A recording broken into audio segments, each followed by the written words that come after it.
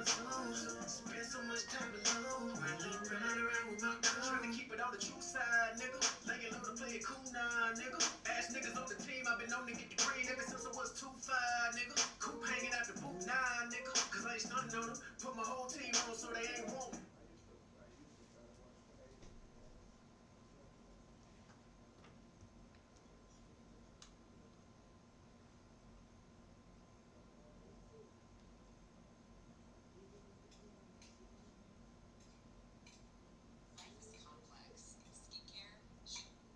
When niggas do it, man, you know that they be hating on you. Get the hoping that you ball, they be waiting on it. Bullshit get rid from the envy.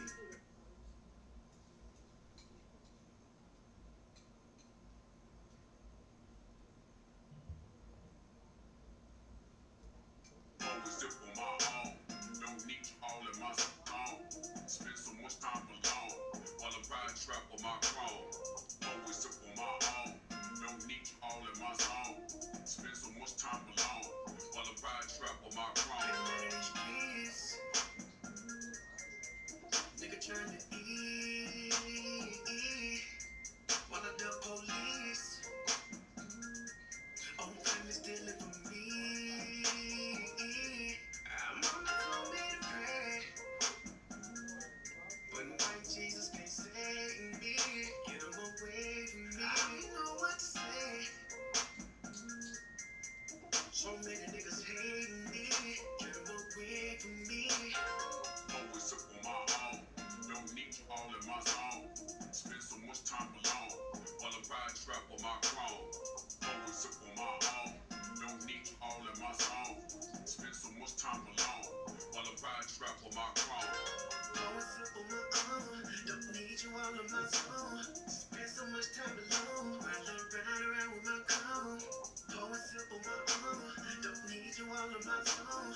Spend so much time alone, riding around with my cone. Trying to keep it on the true side, nigga. Laying low to play it cool now, nigga. Ass niggas on the team, I've been known to get the green ever since I was 2'5", nigga. Coop hanging out the boot, nah, nigga. Cause I ain't stunting on them. Put my whole team on so they ain't want me. When niggas do it, man, you know that they be hating on you. Get the hoping that you ball, they be waiting on it. Bullshit get rid from the envy. Best friends get to looking like enemies. When you got it in this bank account empty. Perfect recipe to bring a lot of jealousy. Looking from a bird's eye view. Learn from everything I've been through. Told my baby girl, if you ain't spending life with a nigga, never let him put a dick up in you. Cause if a nigga wrong, I'ma check that shit. And when you paper long, never flex that shit. Told my son, when you getting money, never trick it to a bubble, flip it over, then invest that shit. Give a lot of game, trying to bless my kid. Gotta keep it real, that's the best shit. Gotta hit us up and feel it back in Texas. When I get up on the track, yeah, I wreck shit. Always up on my own, don't need you all in my zone. Spend so much time alone, while I ride trap on my chrome. Always up on my own, don't need you all in my zone. Spend so much time alone, while I ride trap on my chrome. Always up on my own, don't need you all in my zone. Spend so much time alone, riding around with my cone. Always up on my own, don't need you all in my zone. Spend so much time alone, riding around with my cone.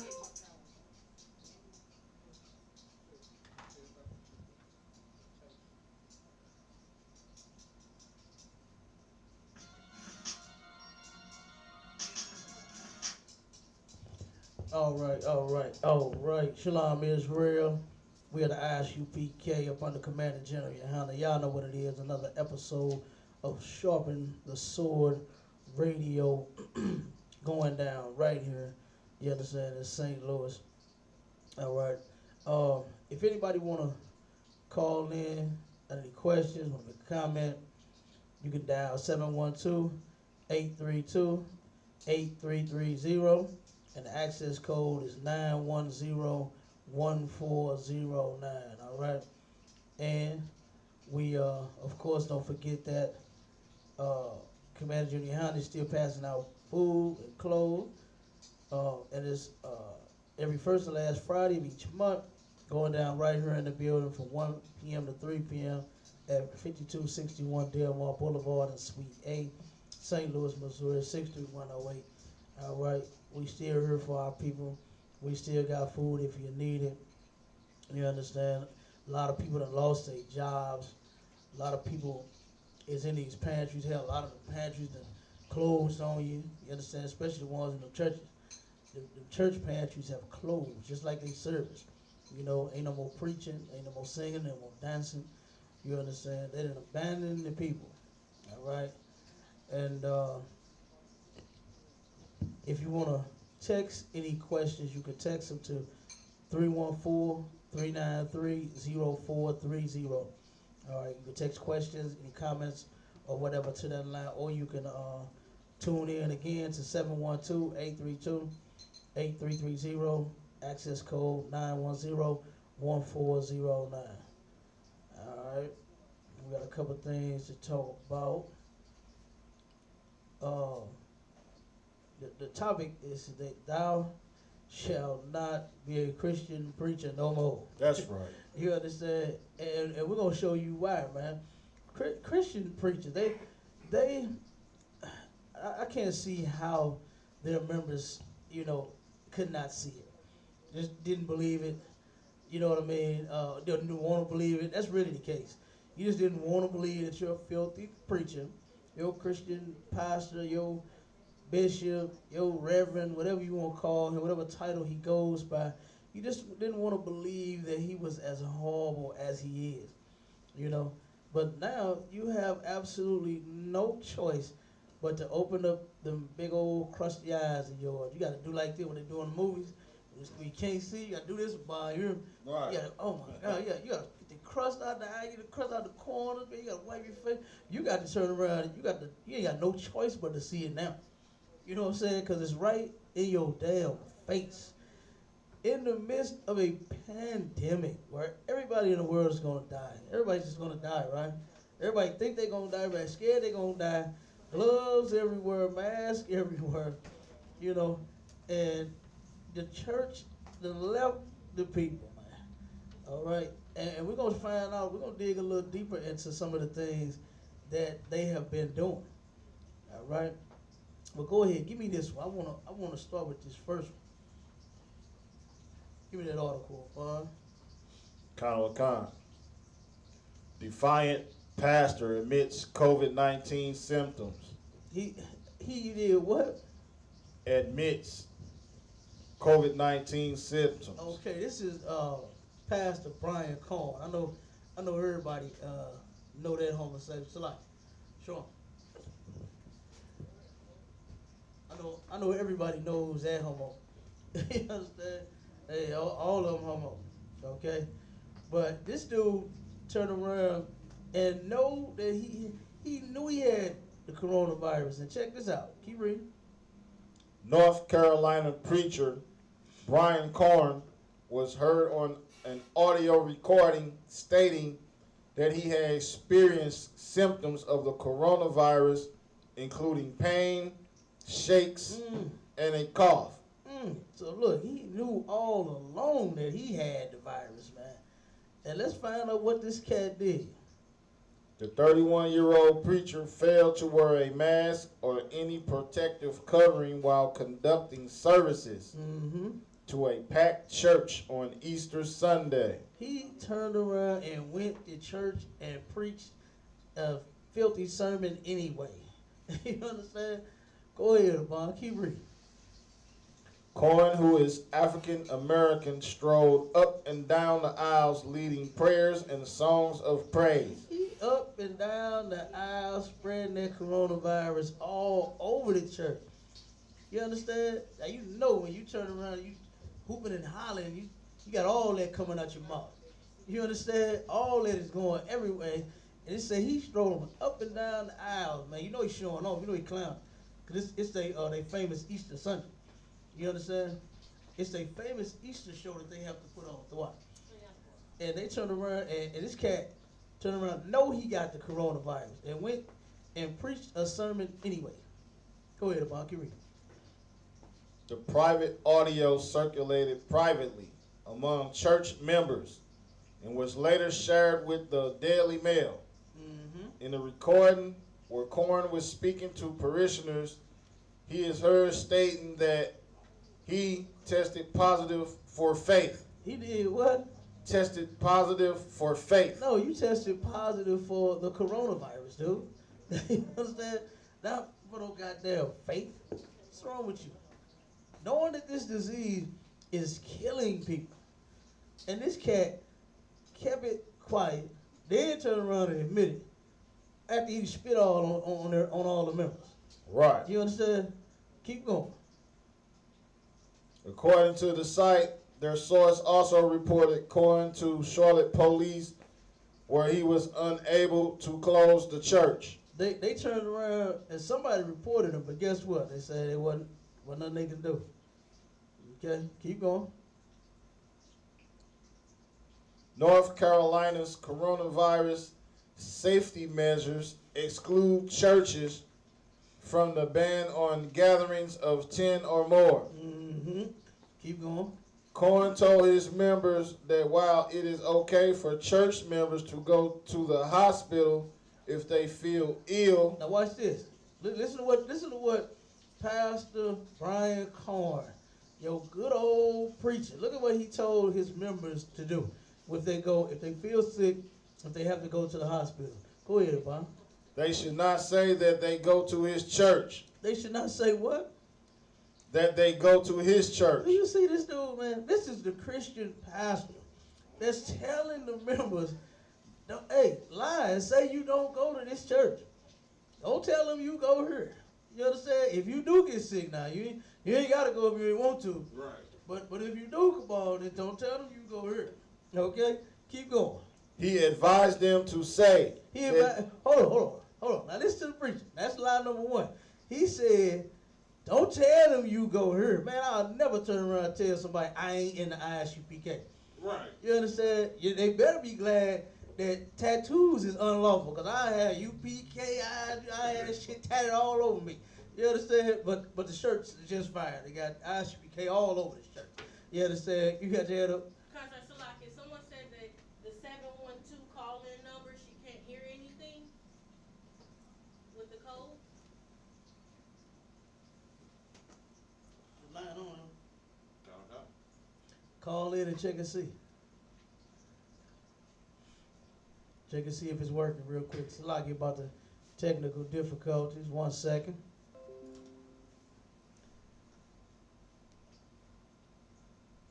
They got the code. They might be trying to use the class thing. Officer Payala says it's not working.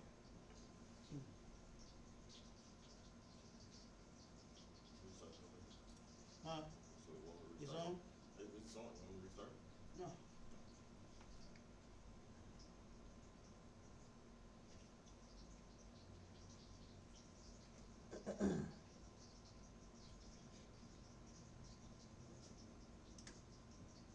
One second. We'll see if we get that thing going.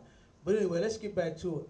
While they testing the line, just to see if they going. You know, the white man, he's still the devil. That's right. You understand? Right.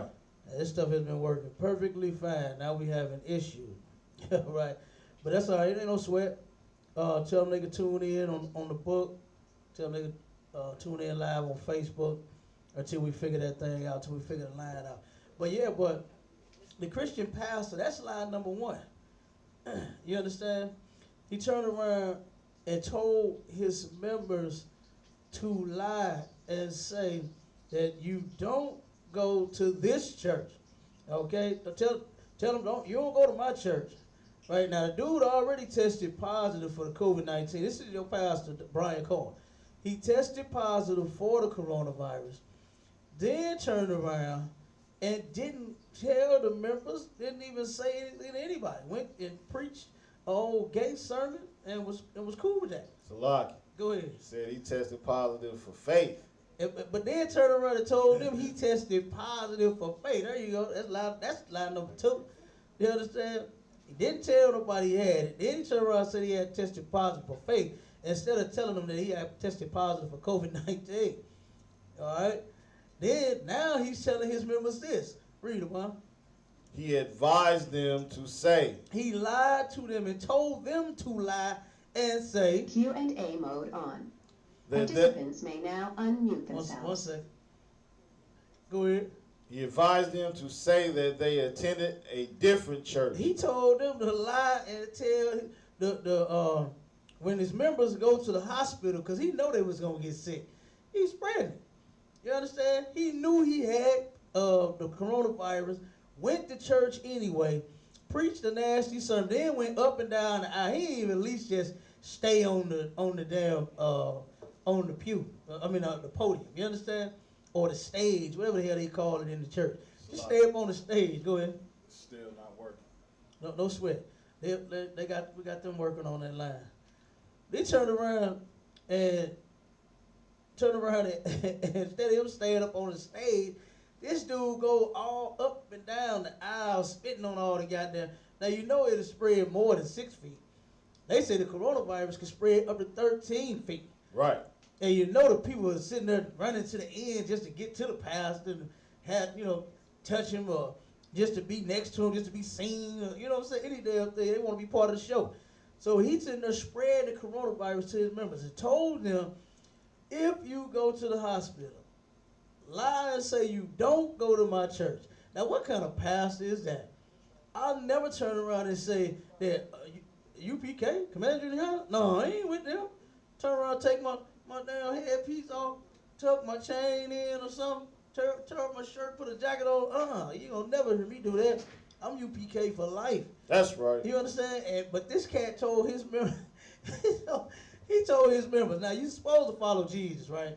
Right. They made up a thing a long time ago called What Would Jesus Do? Jesus would not lie. You understand? And say that he ain't, that church over there? No, I ain't with them. No, I ain't go to that church. What did he say? What else did he say?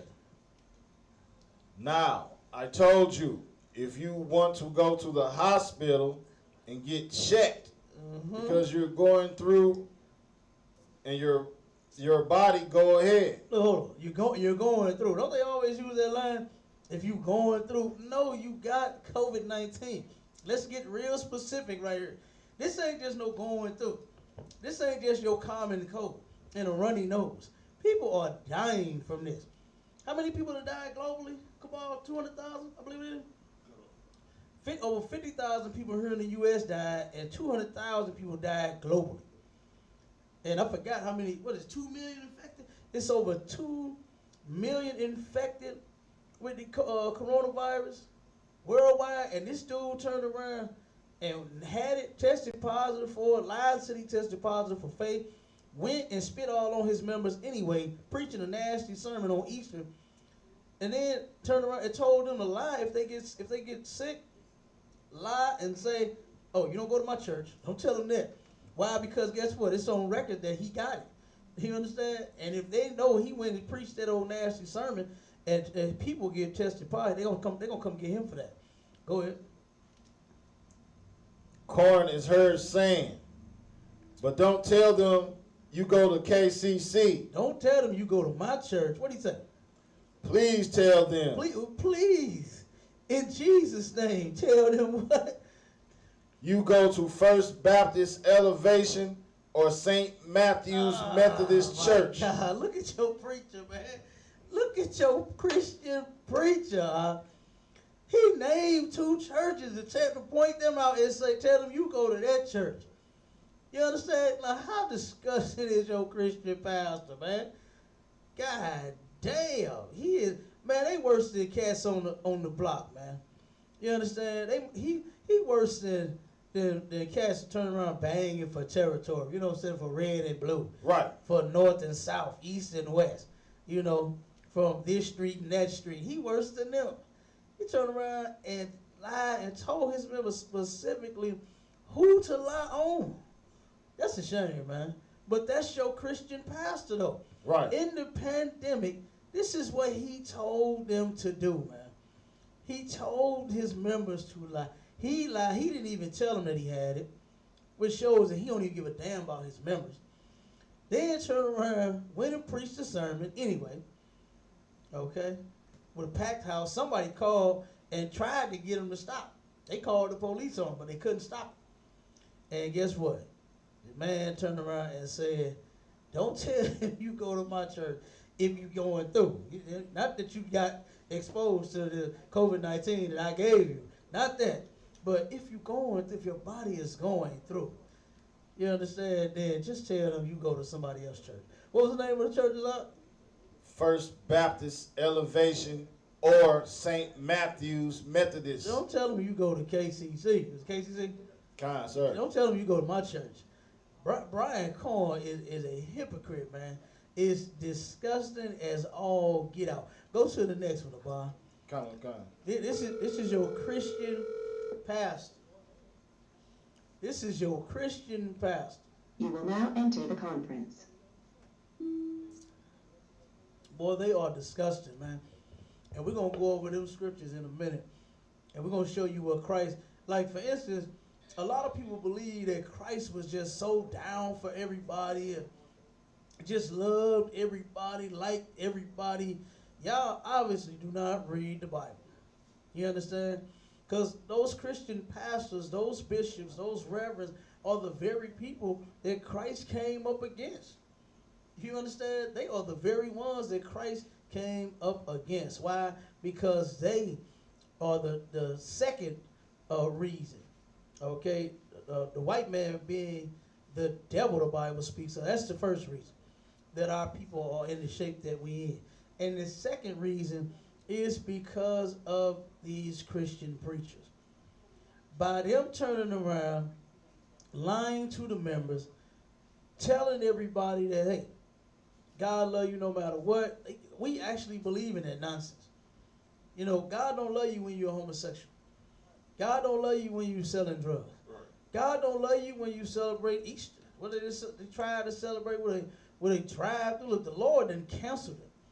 You understand? You got to pay attention. You got to really pay attention. Open your eye like you do in a movie. Turn around and get the rub and them things. Man, this is the time right here for you to take and open them goddamn eyes, man. You understand? This is high time to awake out of sleep. That's in the Bible. This time right here, while you ain't got them greasy pastors lying to you every Sunday, you can turn around. It just might be some hope for you. It just might be some hope for you to where you can wake up from that magical spell that they've been having you under for years. You understand? You got it on? Kind, sir. Go ahead, read it on. St. Louis pastor Reverend Carl S. Smith mourned by family, clergy, and police. Mm-hmm. Go ahead.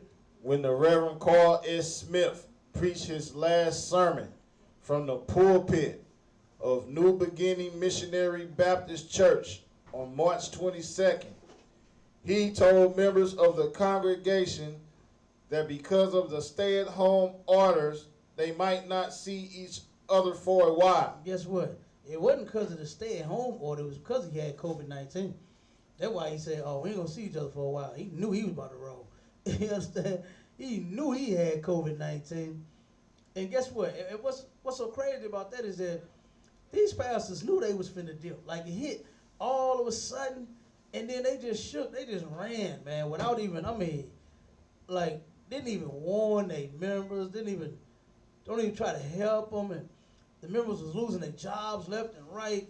They shut the door, no more serve, no more praying and laying hands on people, no more blessings, no more blood of Jesus. Right. You know what I'm saying? They ain't doing none of that stuff for nobody.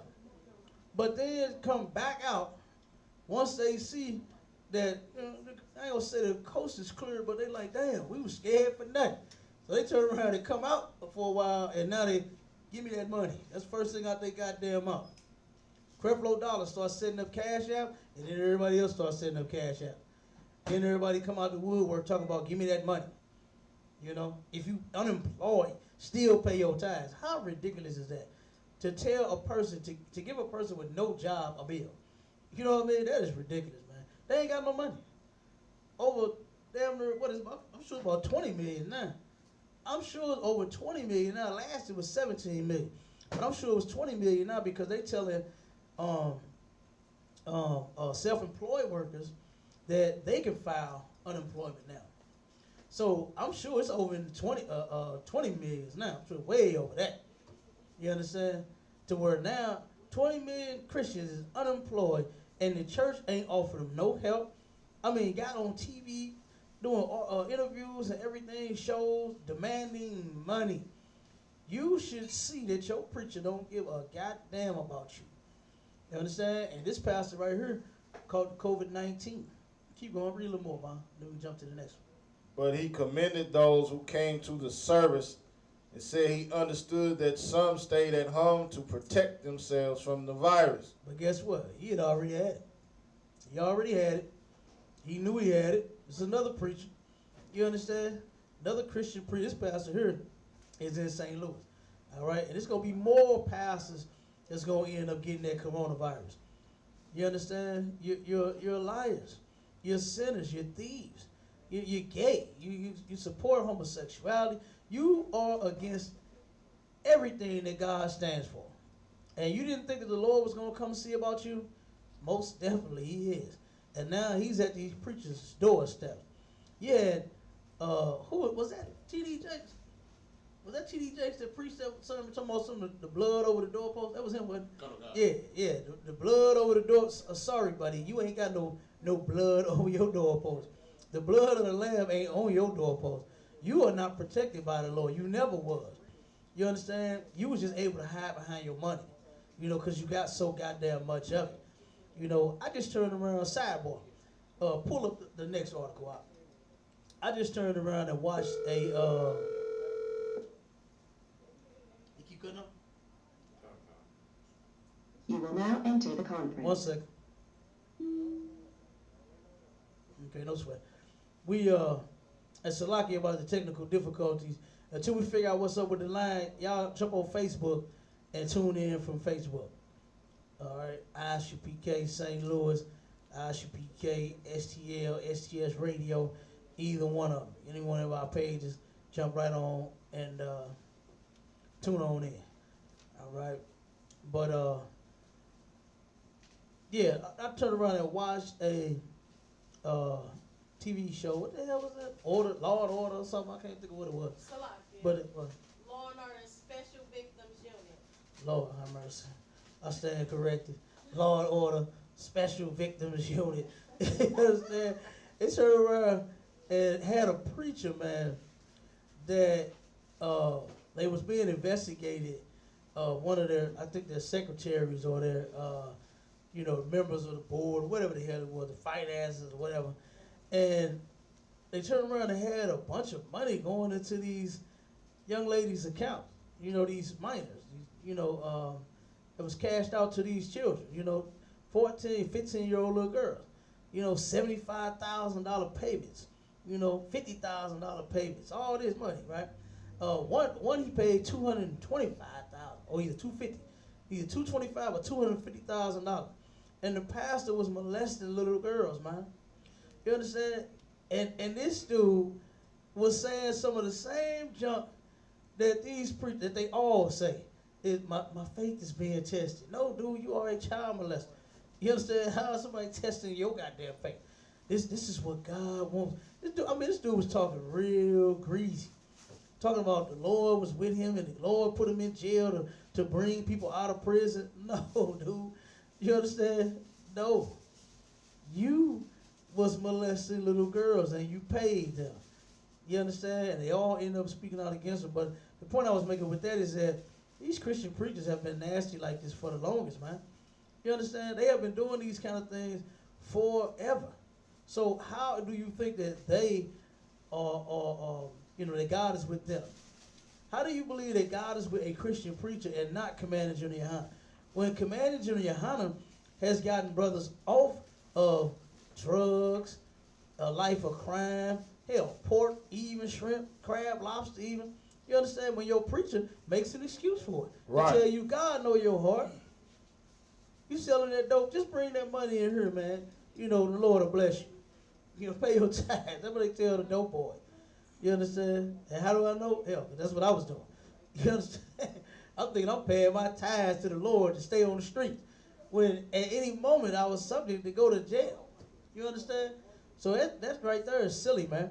But then they turn around and tell you, God said not to eat pork, but your pastor say pray over it.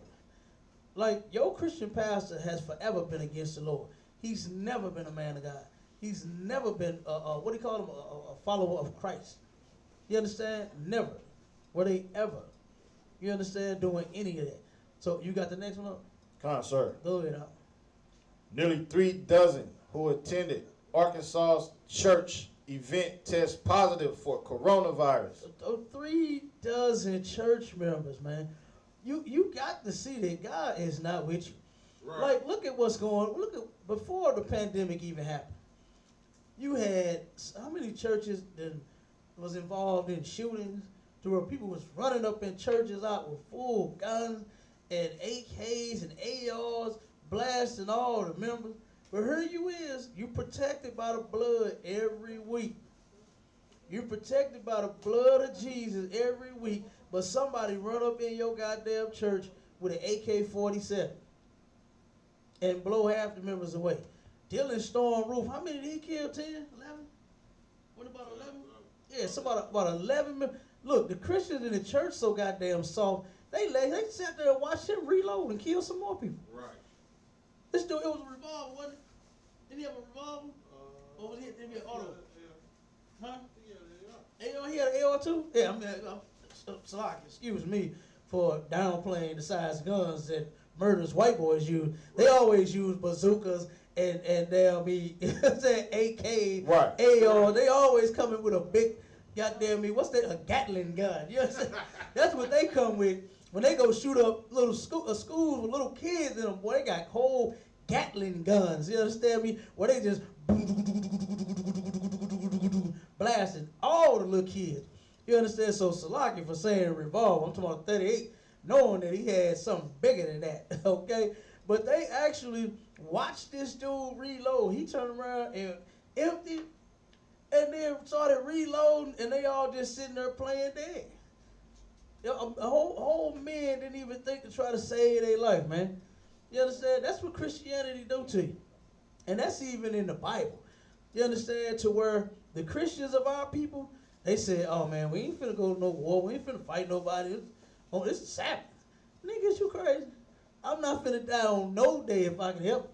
Right. You understand? Right. Or if the day that I die, it's gonna be goddamn me in battle. Not just to stand there knowing somebody is coming for us and then I just do nothing. Like, that's silly.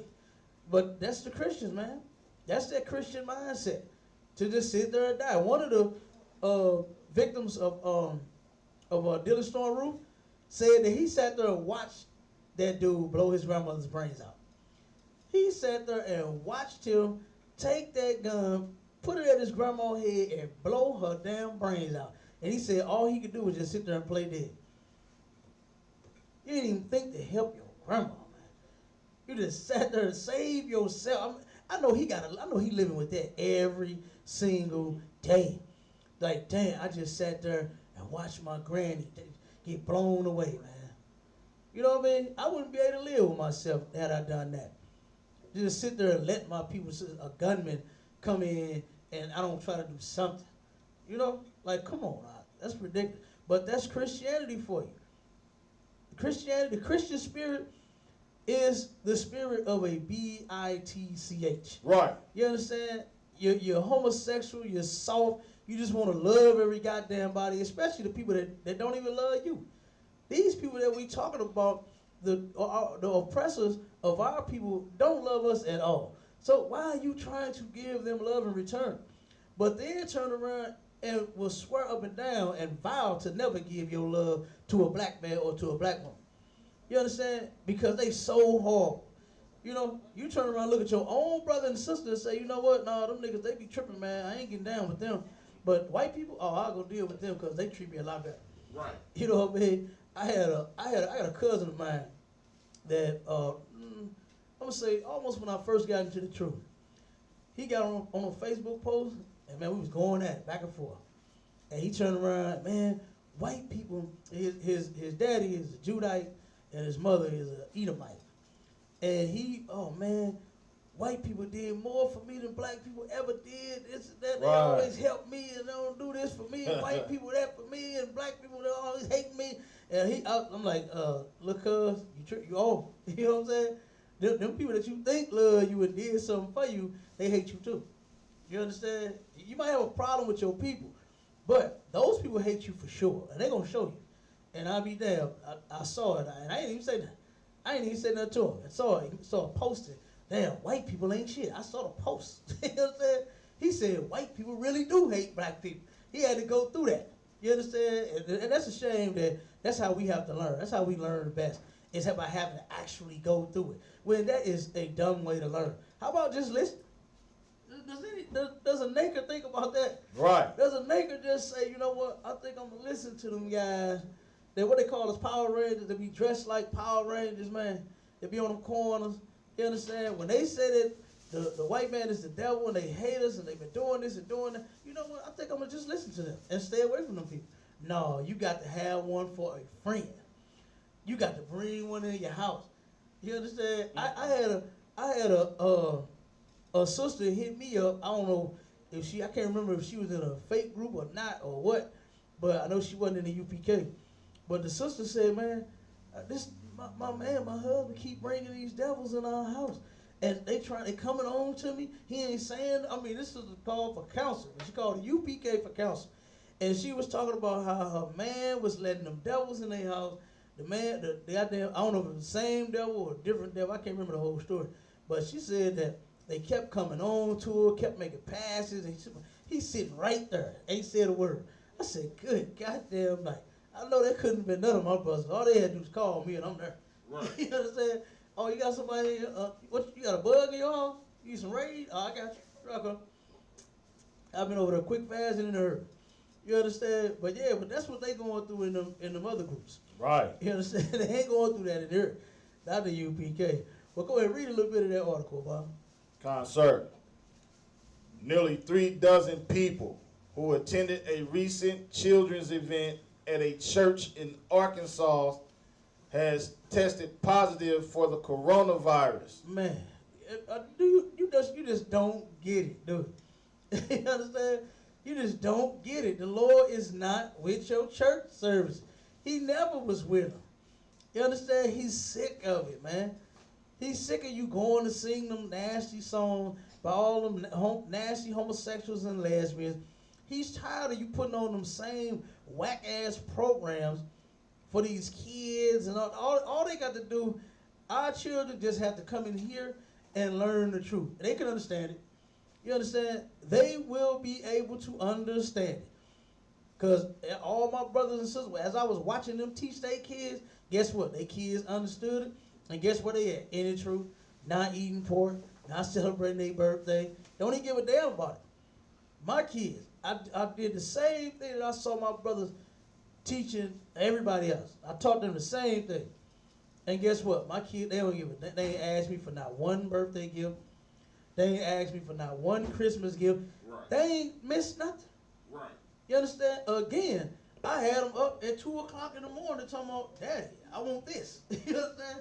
It ain't no holiday this morning. You understand? At 2 o'clock. Right. But I got them waking me up again, boy. I can't wait till they go back to school. they waking me up out the bed again, talking about some damn toys. 2 o'clock in the morning. You know, I said, wait a minute, do y'all have any virtual homework to do? You understand? Right. We need to get on that. But like I said, they turn around and want toys. They on Amazon 2 in the goddamn morning. And come back handing it to me, I'm on, Daddy, is you gonna order us these? You know what I mean? Like, hey, they know this is time for delivery. This is the season to be waking up my daddy and telling him to buy me something off Amazon. That's what they say. That's right. You understand? But not once have they ever bothered me about no Christmas, man. You understand? They ain't never said nothing about no Christmas. My kids know God hate Christmas. Real simple. And they get that and they understand that. You ask them, do you celebrate Christmas? Man, my son, he turned around, I remember when we was up in Chicago, and my rib called me, Captain Capage told me, said, man, look, buy him his favorite ice cream, whatever he want, hook him up.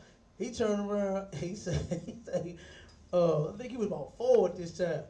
He turned around, we up in Chicago at the Midwest Cookout, and my rib said, hey, we was driving past, you know what I'm saying, a couple of little white boys on their bike, and my son said, look, Mommy, that's the devil the Bible speaks of. Right. You understand? I know my son listening and paying attention. And Captain Capage was right there listening to the call. He said, man, tell my nephew I got him his favorite ice cream. Hook him up. But like I said, man, kids can understand the truth. All you gotta do is, come on, I'm trying to give them no revelation breakdown. Right.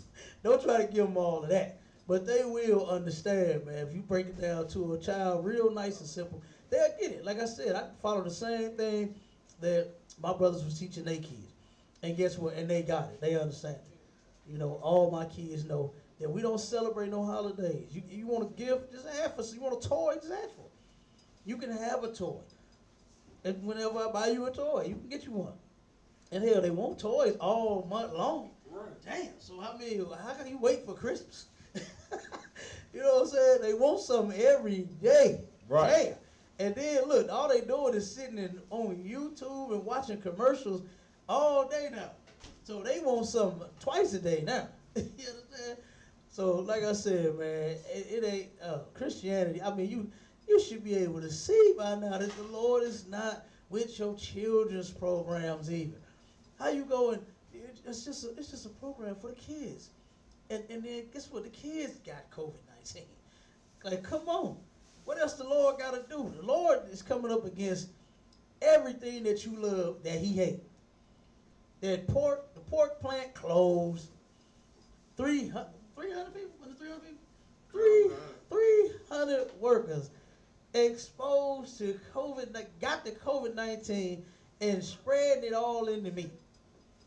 As they chopping up pork steaks and pork butt and pork roast and bacon and all that you love eating, they coughing all over. Right. Coughing all over that pork. The Lord said don't eat it nowhere. But now you want to stop eating the pork because it might have COVID-19. Not because the Lord going to kill you for you eating it. That's even in the scripture. Good night. I still remember when Captain Marquardt went over that scripture with me where it said that the Lord is going to turn around and kill you if he catch you eating swine's flesh when he returns. I said, God damn. You understand? But here in the church, I'm thinking, man, God is good. God is love. That's all I was hearing all week. Jesus this and Jesus that. Jesus is love. The love of Jesus. The blood of Jesus. The lamb of Jesus. And the baby Jesus. And the old Jesus. You understand? Teenage Jesus. Every kind of Jesus. You understand? That's all I was hearing in the church. But when I heard that, I said, oh boy. You understand? No more bacon in this house. Right. You understand? No more pork on this fork. Okay? But these Christians, man, they don't get it. And they better get it. They better get it because this ain't the end of it. This is not the end. It's not over once this, you know, like you got the CDC and the WHO talking about, you know what, we may have reached the peak. We may have reached the crescent. We may have turned around and slowed it down. What the one was a mayor, a governor official, what he said? That God didn't stop this, we did. Yeah, okay. Then why is it people still getting COVID-19 if you stop? Right. You know, all they interested in is you going back to work. That's it. They want you back to work. They missing so much money. Like, how is it that billion-dollar industries, now here you only pay your people enough from check, not even enough from check to check. They barely make us, is barely making it from check to check. And then you a whole billion-dollar industry and you ain't got money to last you 2 months? Right. You about to crump it just like the church. A whole billion-dollar goddamn industry. And you ain't got money to last you 2 months? They turned around, what is it? They extended it here in St. Louis for, till May, the end of May. At the end of May, it's extended. And now they saying you got to have a mask on in the public. And then they've been breaking up parties and all kinds of different things. They had a sister, it was, I don't think it was her, but I had to read the article, but the sister turned around and threw her a COVID party. They've been doing that silly mess. Having COVID parties where they got 30 and 40 and 50 people in the goddamn party. And the police been breaking them up. Somebody called the police on them, and the woman turned around, and when the police came close to her, she started coughing on them. And the police locked the black ass up. You understand? Mm-hmm. That's what's going on, right? Like, damn, just, I mean, keep it to a minimum, man. Damn, you'll be all right. You understand? You ain't gonna die because you can't go to the club, because you can't go out to have it, because you can't thot around. That's what it is. Right. That's the bigger issue. You can't thot right now, so you just gotta have somebody up in your face. You understand? So here it is. But man, I mean, there's so much stuff going on. they had those parties that they had here to where people was just pulling up, doing like little car shows. They what's the guy name? Damn, I forgot the devil name, but down there in South County, he put together a little car party to where he claimed everybody was supposed to just pull up, stay in their car, and just show off their car. But of course, it turned into a whole car show. They pulled out classics and everything. And it was hundreds of people, maybe even thousands. It was a lot of people there. A whole lot. Too many to break them up. Then they had another one downtown. They had another party downtown where the police was raiding it. Then they had, look, I seen one started on, the other day right at the Family Dollar. Right. They started pulling up old schools, rims. I said, oh, they doing it again. You understand? Let me go in here and get my little tissue and my little soap. Let me get up out the way. Damn right. I'm telling you, let me get up out the way. Because they was gathering, boy. They was gathering. I said, damn, man. But, you know, just staying at home, man. Relax. God damn, take a break. You know what I mean? They giving you money. Didn't they drop their second stimulus yet? They ain't dropped it yet? They say it's coming. They say it's supposed to be coming. Lord will it do. You understand? Lord will it do. Lord will they have to keep giving you money for the rest of the goddamn year. That's right.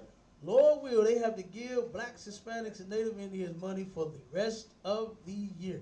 Hell, they owe it to us any goddamn way. Right. Been underpaid. That $1,200 is just a drop in the bucket compared to what you owe blacks, Hispanics, and Native Indians.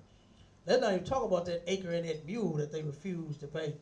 They've been talking about that for so long, Bob. They still got people, man. I had a brother call me last week talking about getting an acre and a mule. With they boy, if you don't get in class, you know what I'm saying? If Commander Junior Hunter ain't up on it, then ain't no money finna be given out. You can sign all the petitions you want, you know?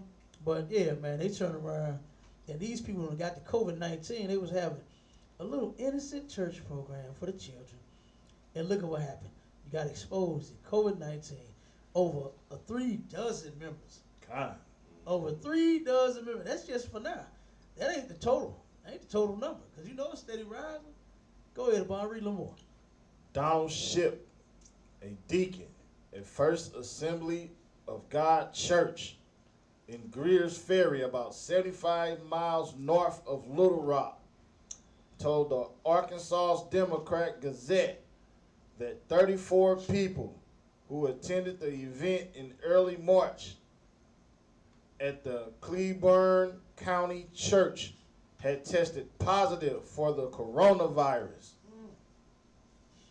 and that an unknown number of others were awaiting test results. So an unknown number of people that went and got tested, because guess what? They got it too. They got it too. Keep going. Read a little more.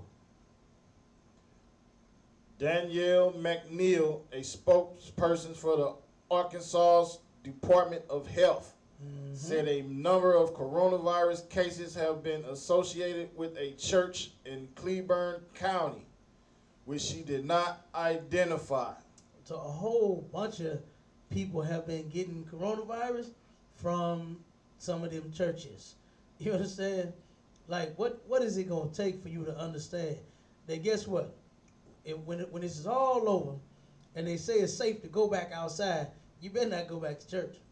You understand? You're going to turn around and get coronavirus. Because guess what? That thing is not going anywhere. Jump to the next article. Concert. That coronavirus is not going anywhere no time soon. You understand? You already had the president of the United States say that we are battling an invisible enemy. You understand? And you mean to tell me that he thinks that in how many days so far we've been shut down? Well, I think it's 50. About 50, yeah, about 50 days. I think that's about it. About 50 days. You think it's gone in 50 days? Like, come on. The numbers are steady rising, steady increasing. People are steady not staying at home. They just had California to matter of fact, we got Atlanta's too. We got Atlanta and California. They just had California turn around and they had thousands of people. I think they said almost 20,000 people going to the beaches because it was so hot instead of them just turning on they irons and fans, they went to the goddamn beach to cool off. And guess what happened to them? They didn't got the coronavirus too. You understand? And just right behind that, they got the article about how they had the worst day of the coronavirus that they've ever seen. But all these goddamn deaths, like what are you doing? What are you thinking about? Swimming? You understand? Goddamn, people out here dying from this mess, and you worried about swimming. You got coronavirus all in your mouth, because you know they turn around and put it in water. They still do that. They still go get up in the water, put the water in their mouth. Yeah. Oh, that's so nasty. I don't see how they do it. You understand? Well, look, I stopped going to public pools when I first heard how they be peeing in the water. Right. When I heard that they peed in the water, I was done then. Damn right. You understand? I said, nope, no more public pools for me. You understand? I don't want to jump in nobody's pee. Okay? And try to let alone swim in it and then open my mouth and get it all in my eye. You got pee all in your eyes and your ears and in your mouth. Yeah, you think you got swimmer's ear, but you got pee-pee ear. You understand? That's what you got. Pee all in your goddamn ear. That blew it for me right there. I'm telling you. Long time ago. I remember, man, what's that park on the south side of Bond? The water park off of Compton. damn, huh? Further off Compton. I think it is. God. You remember the name of the park? I'm trying. It's on the tip of my tongue. I can't remember the name of it, but you know what I'm talking about. We turned around and went past there, me and a bunch of my partners, like, ooh, boy, look at all the girls. Damn, we couldn't go over there. We go up in there, boy. We going in there. Nah, man, they be peeing in the water. I said, hey, what? So we got out and got to looking, and I said, oh, you know what? They just might. They just might be peeing in the water. So you know what? We'll just stay out here. You understand? We used to go there all the time. I wanted to get in the water at first, but then when they told me that, I was cool. I was fine. Okay, I was fine looking at the meat from standing, in the grass where I was at. But go to give me that next one, man. Concert. Healthy people in their 30s and 40s, barely sick with COVID-19, are dying from strokes. They doing what? Dying from strokes. Man, look, ain't nobody safe. What they tell you, and it's changing every day. They got more and more symptoms that they adding. They telling you if you're healthy, your body will resist to it. What the article just say? That healthy people are dying from strokes and heart attack. Like for instance, if you die from a heart attack and you test positive from COVID-19, they're saying that the COVID-19 is what gave you the heart attack, what made you, had a heart attack. Because hell, you can't breathe. Like it's stopping your breathing. You understand? Giving you breathing complications. So they saying that the heart attacks, the strokes, and all this, the young, the old, everybody, and you still don't fear the Lord. That's what gets me about this. That's what gets me about it. Man, you know how many prostitutes I done seen still out on the stroll? Like, they done had every kind of goddamn disease that you could imagine, but now they scared of getting COVID-19. I'm telling you, I saw a prostitute with a mask and gloves on. When you put everything in your mouth, everything up your back, what do you discriminate against? You know what I'm saying? Right. What do you not do? But then you scared of getting COVID-19. Everybody and their mom is smoking. They put all their little smoking pictures on Facebook about the stories for 420. You still smoking that dope. And then guess what? Articles, they steady dropping articles and saying that the latest one, they said even if you just casually smoke, you're going to get coronavirus too. If you just smoke here, you know how niggas be lying. Talking about, I don't really smoke that much. You just, occasionally, here and there, sometime, for my birthday, for a party or something like that. Okay, that's all right. You just smoke it twice a year, you're going to get COVID-19 too, and you're going to die. Right. You're going to get COVID-19 and you're going to die. Simple as that. They got articles, steady dropping articles saying cigarette smokers. If you smoke cigarettes, you're going to get COVID-19 and you're going to die. Like, your body can't resist nothing. Like, hell, half of them can barely even walk and talk. Like I said, that stuff is killing your lungs. You understand? And here you is, you sure enough gonna have trouble breathing just walking. People that smoke cigarettes have trouble breathing, just walking. So I know if you get a whole damn respiratory infection, good night. It's gonna be over. You know? But guess what? They still smoking cigarettes. They still are, oh my God, they open up Atlanta. They open up ATL. You understand? You know, all the homosexuals is finna get COVID-19. All them lesbians down there is finna get COVID-19. We got the article on there too. You understand? Go ahead, but read a little more. Thomas Oxley wasn't even on call the day he received a page to come into Mount Sinai Beth Israel Hospital in Manhattan. Good night. Sound like a church, though. Sound like a name for a church. Go ahead. There weren't enough doctors to treat all the emergency stroke patients. Wasn't enough doctors in the hospital, man. From all the stroke patients that came in. Keep going. And he was needed in the operating room. Mm-hmm. The patient's chart appeared unremarkable at first glance. Mm-hmm. He was male, no medications, no history of chronic conditions.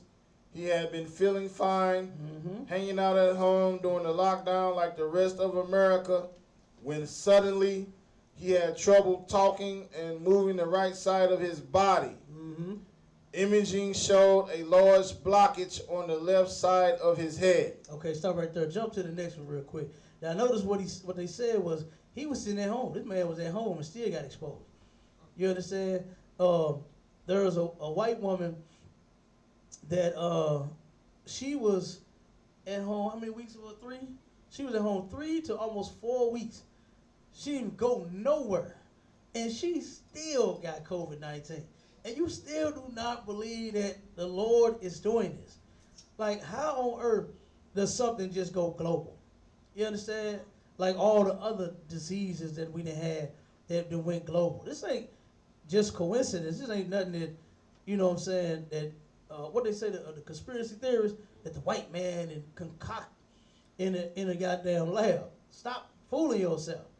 You understand? The white man concoct all kinds of things, and he has murdered a lot of, oh my God, he's murdered a lot of people. He murdered a whole lot of people. But this one, he ain't do this one. You understand? Commander Junior Hunter even brought out the scriptures for that last night. You understand? How you're not going to be able to lament these people. You understand? Or bury them. And right now, you can't mourn. You can't go to no funeral. They had one right down the street over on Union, where they had, I think you had to pull up and drive and just look at your the loved one and then keep moving. You couldn't even go in the place. People couldn't even get out their car. You understand? Like, you can't even lament, to mourn. You can't even mourn the loss of your people. You know, you can't have no funerals like what you've been doing. You know, and you turn around and there's no place to bury them. I turned around and saw a video the other day that went viral on Facebook to where somebody recorded them being in the hospital, a worker. And they was going around several rooms and bodies and bags just on the floor. You understand? Bodies and bags on the floor. They just going around the floor, the whole hospital. Several different rooms, room to room to room to room. Bodies just stacked up, laid up on the goddamn floor. Because guess what? Ain't nowhere to put them. New York, they want New York open so bad. New York is steady rising. The cases of coronavirus and deaths are steady rising in New York. And they want to open up NYC. Are you crazy? Go ahead, you got your hand up? Kind of so like I even seen a post on social media, Facebook, where it was like an 18-wheeler truck, and they was piling bodies into the 18-wheeler truck. Yeah, they using everything that they can now. They was talking about digging a hole out there in New York, and then just gonna drop the bodies in the hole and cover them up. You understand? Ain't no, what else you gonna do with them? You know, same like with the incident down in New Orleans. What was it, Katrina? Hurricane Katrina. When they had all them bodies stacked up in the middle, when the water went down, all the bodies was on the ground, and all they could do was just pick them up, stick them in the middle of the street, and the people just turn around and come, the truck hauled them off. You understand? They find you in house. They went and checked houses where it flooded the most. They put their numbers in their sack. When I first got there, I was like, man, what the hell does this mean? I'm looking at all the houses that, you know what I'm saying, that water mark, the water leave on, like a fish tank. When the water be up so high and then it get a little lower, you see that black around the thing when it need to be clean. They turn around, it's black. I'm talking about way up, almost to the second floor. I mean, that water got high down there. And when I first started pulling in, and I'm looking and I'm seeing, I'm like, damn, what does this mean? They had circles, and they had an X in it, and they had numbers all on each, you know what I'm saying, each end of the X. And I was like, what in the hell? It was for the survivors, the people that died. You know, I think it's women. Is it women and children too? I think it's part of, yeah. They told me what it was, but I forgot. But it's the people that survived, people that died, and the women and children in the house. That's what the numbers in the X and the O stands for. And that's what the military put on the house. You understand? So they'll know when they ride around, it's 2 dead bodies in here, 5 dead bodies in here, 6 dead bodies in here. They go in there, pick them up, haul them out, and they turn around and have to go bury them somewhere. You understand? So, I mean, and that's what's happening now. You know, whoever this person was that recorded that video walking around the hospital, taking a, you know what I'm saying, on live streaming all the dead bodies, guess what? They got to go somewhere. They got to go somewhere. Where they going to go? You can't go, Essie. My family was so dumb that, you know, I just had a cousin that died. So they going to have a viewing. And ended up, you know, having a viewing in the funeral home. And they said, well, you know, they're going to do it anyway. But they're going to wear their mask and their gloves. So I wouldn't be shocked if any of them came up there. Oh, of course, because you can still get it from a dead body too. Right. You can still get it from the dead body. You know what I mean? So ain't no more of them hooping and hollering funerals to where you, oh, take me too. You want to jump in the casket and do all that nonsense. You want to get to arguing over who had what and got what. Man, please, none of that. You understand? You just putting them in the ground now. Who was that? Austin Lane. I think it was them. They interviewed them and they said, man, we've been doing at least 6 of these things a week. They said we having at least 6 or more people dying from COVID-19 a week. You understand? And they want to open up St. Louis. Are you crazy? They want to open the cities back up. They want to hurry up and get the slaves back to work. You understand? So they can start making money. Well, guess what? They already said, we read that article where they said they don't care nothing about a few people dying in order to save the economy. And who are the people that you know that's going to end up dying? That they done made all the different articles about. It's us. You understand? It's us that they saying, you know what? You're going to die because you are extremely poor. You're unhealthy. You understand? You don't have health insurance. You don't eat right. You're on drugs. You know, what my boy said, lean on, you smoke crack, don't you? You understand? You smoke crack, don't you? You get high, don't you? You know? So you on all these drugs. I was wondering why my doctor used to ask me that. Every time I used to go to the doctor, he asked me, you on drugs? Do you do any drugs? Do you do this? Do you do that? Any insurance forms you had to fill out? Do you do this? Do you do that? You know? If you wanted health insurance or life insurance, they want to know, what do you do? You understand? Especially for life insurance, because if you own anything, ooh-wee, that policy gonna go up. You gonna pay dearly to be sick if you want to. You understand? Hell, I don't even know, are they even doing any insurance now? Because I know they paying out left and goddamn right. Boy. I don't know. They were talking about a lot of people with the unemployment were losing their insurance. Dang. Good night. There's a lot of people who don't have insurance anymore. Yeah. So the insurance ain't even covering up. So it ain't even covering. It's just stopped. Well, I mean, they said they're working with Cobra because that's usually only for after you lose your job, not Yeah. for when you get furloughed. But Cobra still $700 a month. Good. Like Damn. Cobra is ridiculous. Like Ooh. there's no point for Cobra. Damn. I mean, if you ain't working, you can't pay for Cobra. If you're working, you don't need Cobra. So Good night. That is crazy, boy. Man, look at here. Boy, our people in bad shape. We in bad shape, and they know it. Yeah, that's why they want you back to work. Yeah, Right. you on crack. Go back to work. Yeah, you a whore. Go back to work. You gay. Go back to work. They don't give a damn. You understand? But go ahead, Upon. Keep reading. Italian woman tests positive for COVID-19 after 60 days of quarantine and swabbing. 60 days of quarantine and swab. She is constantly getting tested. She done got tested positive for it once, and then it ain't going away. That's why I said, and Commander Jimmy Hunter said this too. He said, it's something new. You understand what the word novel means? New. Okay, it's a new case of coronavirus, right? And they don't know much about it. They don't have a vaccine. They don't know how to treat it. They claim this medicine will get it, that medicine won't, this medicine will. I mean, it's gonna be so much stuff. Like I said, first they said you must stay away from each other at a distance of 6 feet. Then now they jumped out with an article saying that it could spread to 13 feet. Then go ahead. It's like it was 3 when it was over in Italy. Mm-hmm. And then when it got here, they were like, oh no, it's 6. Like this is the 3rd different. Right. God, absolutely. They gonna keep going because they don't know nothing about it. You understand? And it's gonna once they test somebody, you know, they gonna. There's several people that have had it and tested for it and still got it. You understand? They done tested for it and they still got it. This lady tested 60 whole days after getting it, and she still got it. Keep going, man. Read it more. A 23-year-old in Italy being treated for the disease caused by the novel coronavirus continues to test positive despite 2 months of quarantine and continual swabs. They turn around and another article had dropped where they said, are people just carriers of the COVID-19? They don't know what the hell going on. So they assuming that hell you must just be a carrier of it. You know how they say you're a carrier of like diabetes and you got certain genes and certain things in your body. No, not true. You understand? What it is you're sinning against the Lord. You eating stuff you ain't supposed to do. Eat. You smoking stuff you ain't supposed to smoke. You're gay and you ain't supposed to be. You're a lesbian and you're a freak. You're doing all kinds of things against the Lord. That's why you so goddamn scared out your mind. That's why your preachers was scared out their mind too. These the people that you look up to. Like, just think about a child, man, that looks up to their father, that protects them, hold them down. You know what I mean?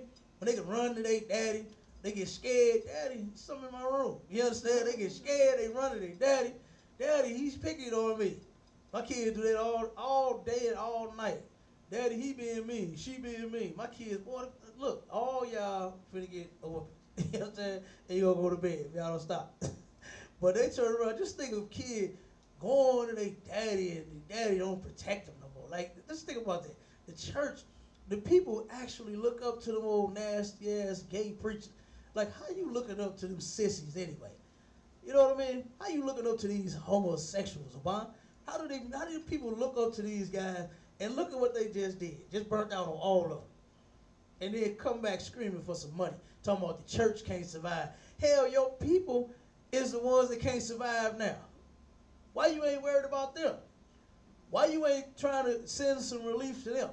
Why you ain't get on TV instead of you being so goddamn money grub and you turn around and you tell them to send you the goddamn money when your whole congregation has just lost their job?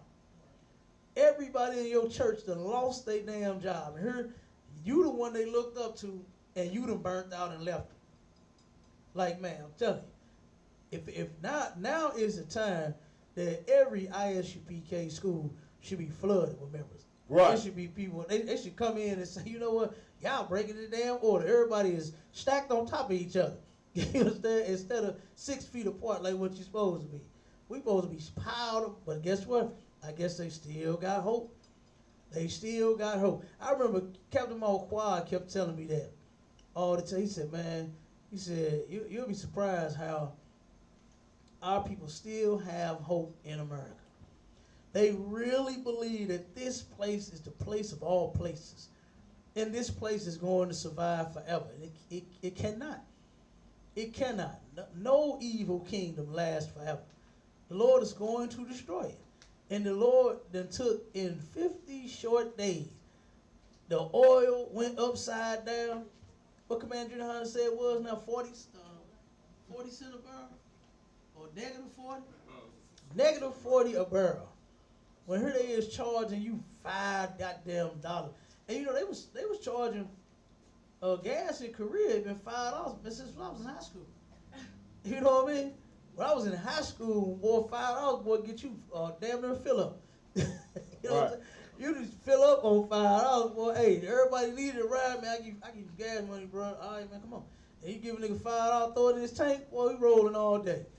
Now the gas is five. What was it last?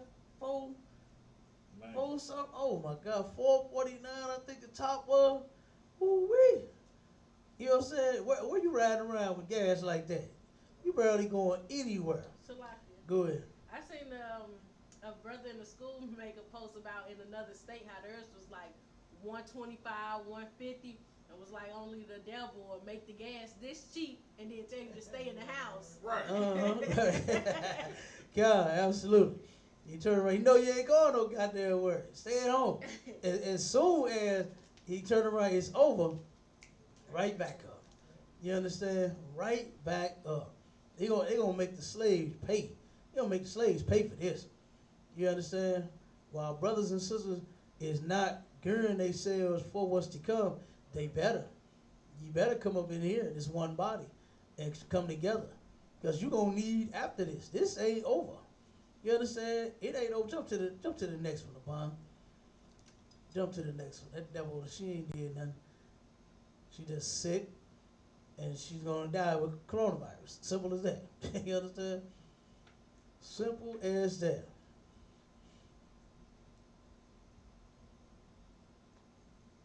On this next one, I want to go through.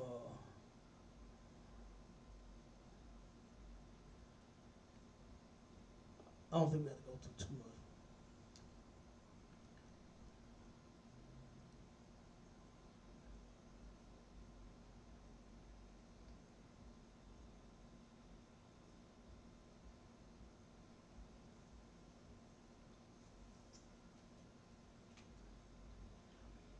This what happened with when Atlanta. All right, they was just dying to open up Atlanta, and now we're gonna go over Atlanta stats and show you what's happening, man. Show you that this ain't just coincidence. You understand? Instead of you listening to the government, you better listen to a prophet of God. You better tune in to the ISUPK. You better listen to Commander General Yohana.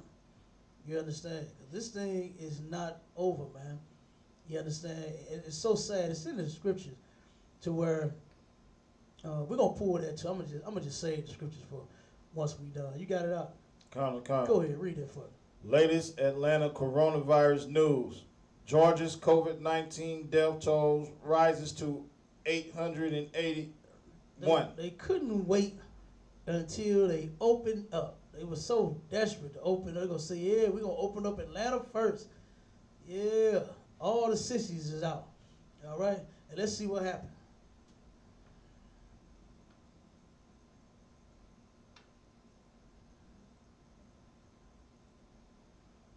Con. I think you gotta skip past them damn advertisements, man. Con. You got it. The Atlanta Journal-Constitution is committed to providing our readers with the most comprehensive coverage of the deadly virus. Mm-hmm. This blog will be updated throughout April the 23rd Mm-hmm. with news and details. Okay, now this is just on Thursday. They just opened them up Wednesday, right? Didn't they open it up Wednesday? I think they opened it up Wednesday. So this is just Thursday's news. What happened the day after they opened up? Go ahead. Since noon, Georgia has recorded 9 coronavirus-related deaths. Now, whoa, not just exposures. What happened? Has recorded 9 coronavirus-related deaths. Not since noon. Okay, 9 deaths. You so goddamn stupid. You just so ready to get back out there. Like I said, they so ready to get their slaves back to work, making some money. When they gonna die? You understand? They're going to get the virus and they're going to die. Keep going. In addition, 371 cases were confirmed in that time frame. In that same time frame, 371 cases of COVID-19. This was shortly after they turned around and opened up the next day. Keep going, Bond. Read no more. 6 p.m. As Georgians begin to leave their homes again, Mm-hmm. Courtney Coopers has rounded up some things to keep in mind to keep yourselves safe. Mm-hmm. So while they trying to be safe, keep going. Keep reading. 4 p.m. Nearly 250,000 more Georgians filed jobless claims last week. Mm-hmm. That brings the total number of workers in the state who have filed for unemployment benefits to about 1.1 million. 1.1 million people just in Georgia alone don't have jobs. Okay, keep going. More than 1 in 5 Georgia workers. Mm-hmm. 1:30 p.m. Georgia is slated to receive nearly 11 million in federal coronavirus relief funds for elections this year. For what this year? Elections. For elections, not for the damn people that don't have jobs. Not for none of that. For the elections.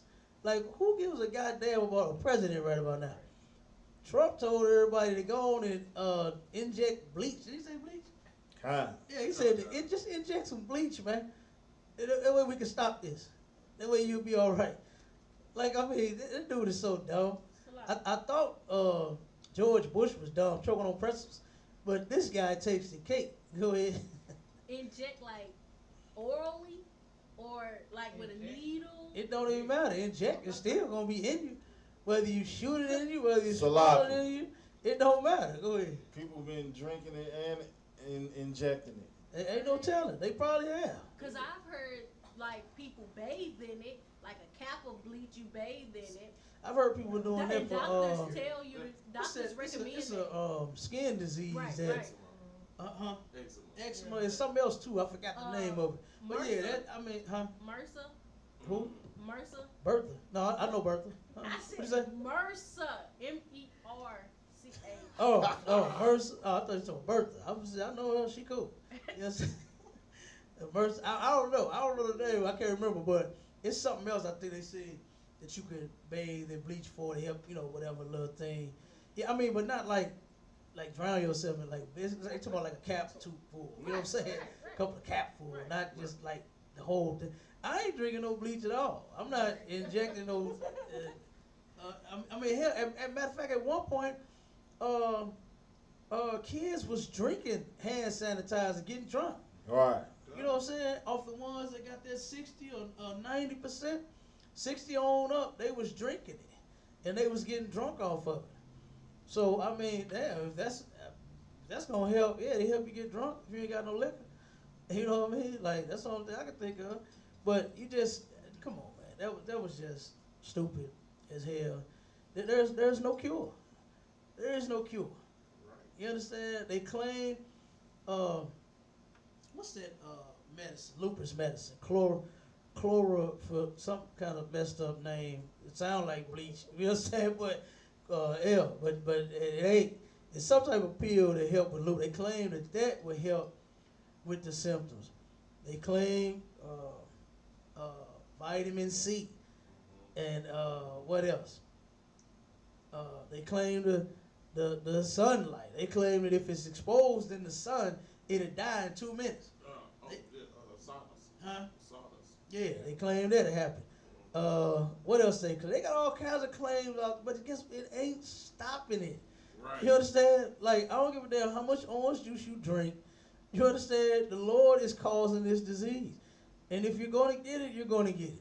You understand? Go ahead. Concert. So like, yeah, I also, being that you just said orange juice, I've been seeing people post like slight mini, home remedies like some onions and some lemon juice and saying be gone corona type stuff. And it was like a whole list of just adding, kitchen stuff.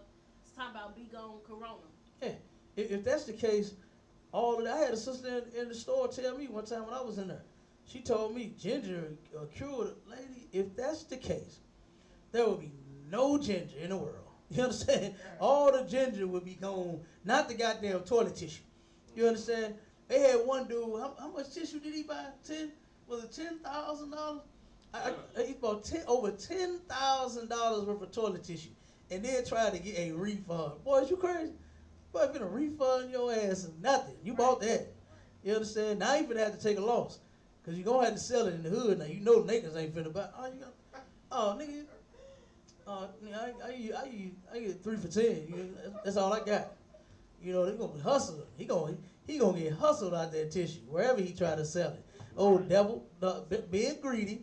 That's what happened. Being greedy. Oh, I mean, goddamn, $10,000 worth of tissue. Well, how much ass you got? Goddamn. And then now want your money back because you feel stupid. Go ahead. So like, he ain't gonna sell it either for 3 for 10 because you get 4 for $1 at dollar store. I don't give a damn what he gonna do. I'm talking about he gonna take a loss on whatever, however he try to get rid of that tissue. He gonna have to give it away, cause ain't nobody finna buy that stuff, man. So he gonna turn around. They gonna find him on the news like that one white boy that had how many bottles of, what he had, 100,000 bottles of damn sanitizer. He ended up donating them. White boy had went and bought 100,000 bottles of sanitizer, and then had to donate it and give it away. He thought he was finna make a killing. That's probably what he did, being greedy. You understand? And that's a shame, man. At a time like this, people panicking so bad, thinking they finna die. Like, why you want a bunch of tissue if you gonna die? Like, why you want a bunch of meat in your freezer if you finna die? If you finna die, just die. Like, why you gotta buy every damn thing? You understand? Why you want everything in your house and in your freezer and your deep freezer and in your basement? Got all the damn bleach in your basement, you dead. Right. We can't find no bleach because it's in your goddamn basement. We can't find no hand sanitizer because you done died with 100,000 bottles in your basement. I was wondering where all the goddamn tissue was at a bar, and this fool got it in his goddamn garage, talking about he want his money back. Give me, what is it for how many? $1. No, I ain't talking about rolls. I'm talking about the whole pack. I buy the big pack when I go. Right. I want the whole pack. And I'm giving you 3, they 1 for 10. I'm going 3 for 10 since you did that. Damn right. Since you was being greedy. You understand? I'm calling everybody in the school. Hey, I got that tissue. Y'all need something? Got 3 for 10. You got $10. You ain't got it. Don't worry about it. I got you. You understand? We getting that goddamn tissue. Matter of fact, look his name up. Tell him we coming for that tissue. All 10,000 worth. Tell him I got 200. Right. Tell him I got 200. No, but serious, man. You know, it's crazy. It's ridiculous. But this is what happened in Atlanta. From you turn around and panicking. You understand? And you so ready to get the damn economy back open. Look at what happened in a short time. You got some more? Sir. Go ahead, Doc. Georgia's death toll from the coronavirus stands at 900. Chelsea Prince reports a total of 21,512 cases of the virus have been confirmed across the state, up roughly 4% in the past 24 hours. Whew, past 24 hours is up 4%. Soon as you open it up, soon as you let everybody go, you can go from stay at home to do what you want now. Go where you want to go. And up 4%. The deaths, what was it, by noon? 9 people died? Come on. Come on. You got some more? Give me a little more, man. Good night. For those wondering what standards Georgia's businesses will have to follow in order to open. Read that one from 10 a.m. 10 a.m. Kind of. Yeah.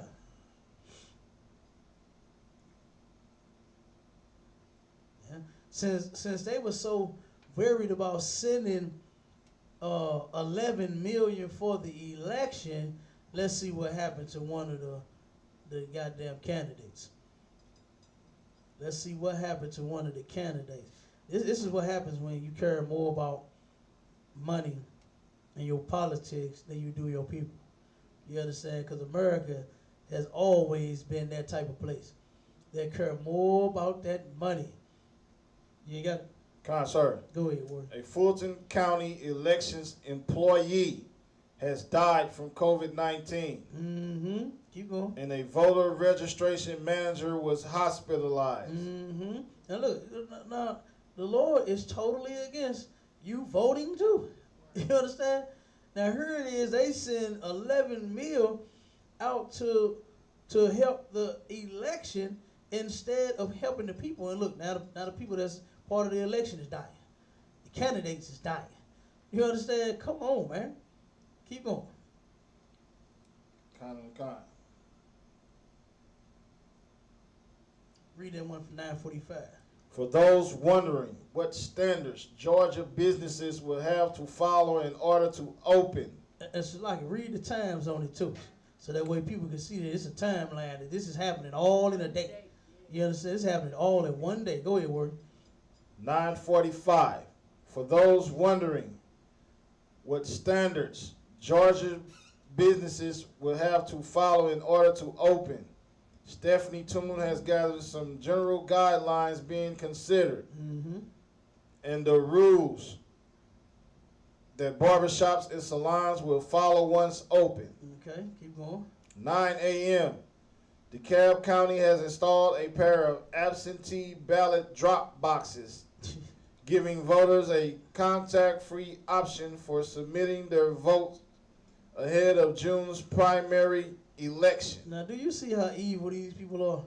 If people is dying, you gonna put the box out there with the coronavirus on it. You understand? Talking about no contact, you got it. You got the virus. You understand? The Lord don't want his people voting. But you gonna make a no contact way for them to drop a damn ballot in a box. You know what I'm saying? Like, man, this place is extremely evil. Like, when are you just gonna let the Lord's chosen people alone? You understand? When are you gonna just let the slaves go and just let them be? They not. They not. Cause guess what? This country without you being a slave ain't gonna survive. It's not going to survive. They need the slaves to work and slave for minimum wage. You working for slave wages. Don't think that you really getting paid what you work. Minimum wage in this country is supposed to be $20 an hour. How many people you know getting that? Huh? How many people you know getting $20 an hour at McDonald's? When it took them, 20 some years? Over 20 years just to take it from $5.25 to $7.25. They didn't want to give you that. You understand? They still know that you are being underpaid. They know it. They know it. Meanwhile, McDonald's is making billions of dollars. Man, you see what them kids is going through now up in them places? First it was the adults. The adults got smart and said, you know what, we finna protest. We need more money. We need $15 an hour. Then they fired all the goddamn adults and then hired all their kids. You know? I turned around and saw a thrust. I said, where the hell are these kids coming from? It's going to McDonald's, working at McDonald's. You know what I mean? My son used to work at McDonald's. And guess what? They love to have him there. Why? Because they know kids, they going to come in here and they going to work their ass off. You know what I'm saying? For that little change that they give them. They know that that's cool money to a kid. That's actually who the job is for. You know what I'm saying? Those kind of jobs is for teenagers to where they want to come in. They want, give them a little start. Help them with their little stuff while they're in high school, while they transition and go to college. You understand? That ain't for them to turn around and survive off of. Man, can't nobody survive off that. And it's a shame. Look at how many cashier jobs, getting paid minimum wage. It's people in the hair industry and what's the name of that place? Not Sally's. That's the ones that with the products. The ones that cut the hair. What's the name of it? Salon? Yeah, salon. White salon. Supercuts. Go ahead. Who is?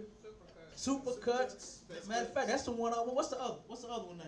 I think it's Great Clips. Great Clips. There you go. Supercuts is the one. I know a sister that make minimum wage at Supercuts. She was just barely making $8 and something. This was back when minimum wage was $7.50, I think, and she was making just over there about $8 an hour, cutting devil's heads all goddamn day, barely making any money. Master, cause that's it, or Supercuts, that's it. That's it, man. I'm telling you, we've been getting underpaid for the longest. Okay. Drop that one, Bond. Go on, give me the next one. Go on, go to the next one. Let's grab a couple of these and then grab a couple of scriptures and then we get out of it. I think it's just two left, right? Yeah, we good.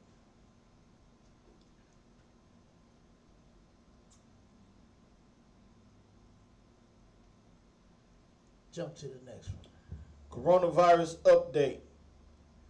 WHO says reinfection is possible. Vitamin C and D can help prevent COVID-19 and more. Okay, now WHO is the World Health Organization, and they're saying reinfection is possible. It is possible because guess what? People have already went and tested positive again for the coronavirus. Go ahead, Op. In a recent report by Bloomberg, the World Health Organization said that catching a novel coronavirus infection may not protect you from getting it again. Just because you get it once don't mean that it's over.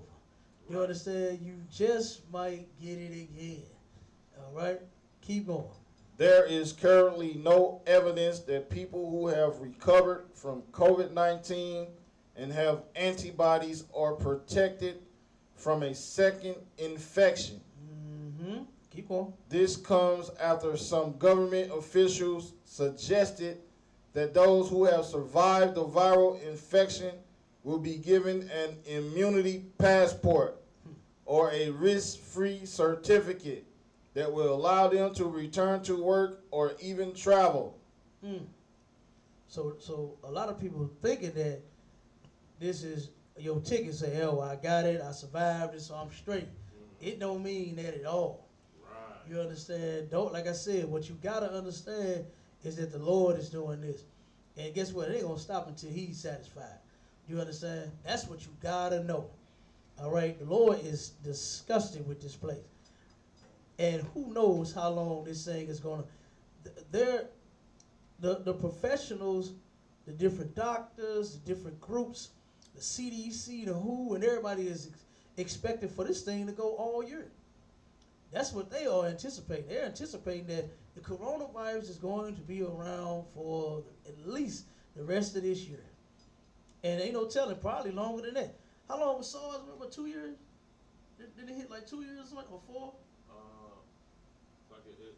The first time I think it was 2 years, and then The second time it was like another 2 years. Something like that, yeah. And then this is just another version of that. Yeah, it's absolutely. This thing could be around for 2 years or more. You understand? You never know. But one thing I know for sure is that you better get the Lord on your side. That's what you better do. You Black, Hispanic, and Native Indian, you better come get in this school. You understand? It changed your life. Stop smoking weed, crack, cigarettes. You understand? Stop whoring, men and women. You understand? Stop selling the dope. Stop sinning against the Lord. You understand? And possibly get you some mercy. All right? But if you're a sinner, and we're going to show you that in the scripture, if you're a sinner, you are susceptible to getting coronavirus. Like what they say, and they say that, don't the health professionals say that? If you have a pre-existing condition, you are more susceptible to getting coronavirus. Guess what? If you are a sinner and you are one of the Lord's chosen people, then you are definitely more susceptible to getting the coronavirus and possibly dying for it. You know? So go ahead, about read a little more. The plan is based on the assumption that COVID-19 survivors are immune from getting reinfected, and an antibody test results that have drawn concern due to their unreliability in some places. Okay, jump there and go to the next article. So like I said, man, what you got to understand is that you know them doctors. Hell, the damn doctors is dying from it. It was an article, I forgot what this person, I think it was just an examiner, where they would test you for the coronavirus. They died. You know what I'm saying? They got the virus. And here they is, full suit, mask, you understand? They're like they're going to space. You know what I mean? But her still got exposed to the coronavirus. You know? Like, damn. So like I said, man, Hey, what they say in the movies, when scary movies, nobody's safe. Stay at home. Look, you staying at home, you still getting it. You understand? You at home and still getting exposed with the virus. You know what I mean? Come on, man. You got the order.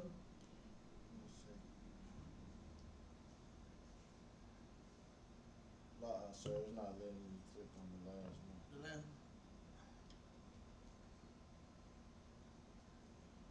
The coronavirus crisis is way worse than feared. It's way worse than it is fear. What you should be fearing is the Lord. If you black, Hispanic, and Native Indian, you are an Israelite according to the Bible. And you are one of God's chosen people. And you should fear the Lord than this disease. You understand? But it's worse than fear. Like, so many people are so anxious to get to the beach, so anxious to get back to work, so anxious to go outside and chill, instead of chilling.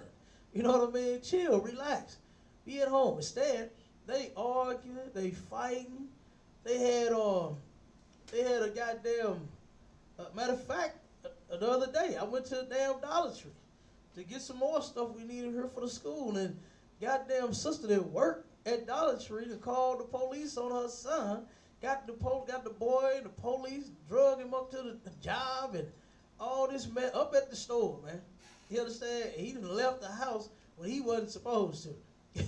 And the sister called the police, had his daddy up there. Oh my God, he was tripping. I said, poor kid. You know what I mean? I said, damn, man, what did he do? And he got to explain it to his daddy what happened and all that mess, man. I said, boy. But this is the time, chill, man. Take the time to relax. Take off your boots, put them crusty feet up in the air and kick back, man. Chill, relax. You know what I mean?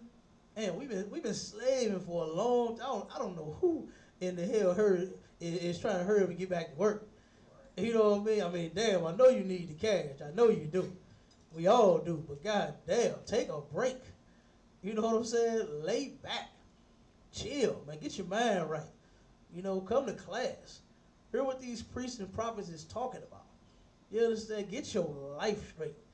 All right? Start that process while you at home. Not trying to hurry up and get back out there and goddamn in danger. You know what I'm saying? Because you're going to get coronavirus. They had another, it was a brother, he killed his goddamn stepson. They arguing, the boy, he's 16. Goddamn, you gonna make him stay in the house? Like, damn, he's 16. Right. You know what I'm saying? He is 16. Let him, hey, you go out there, boy, look. All right. You know what I mean? Mm-hmm. You better stay with your friend house if you feel like that.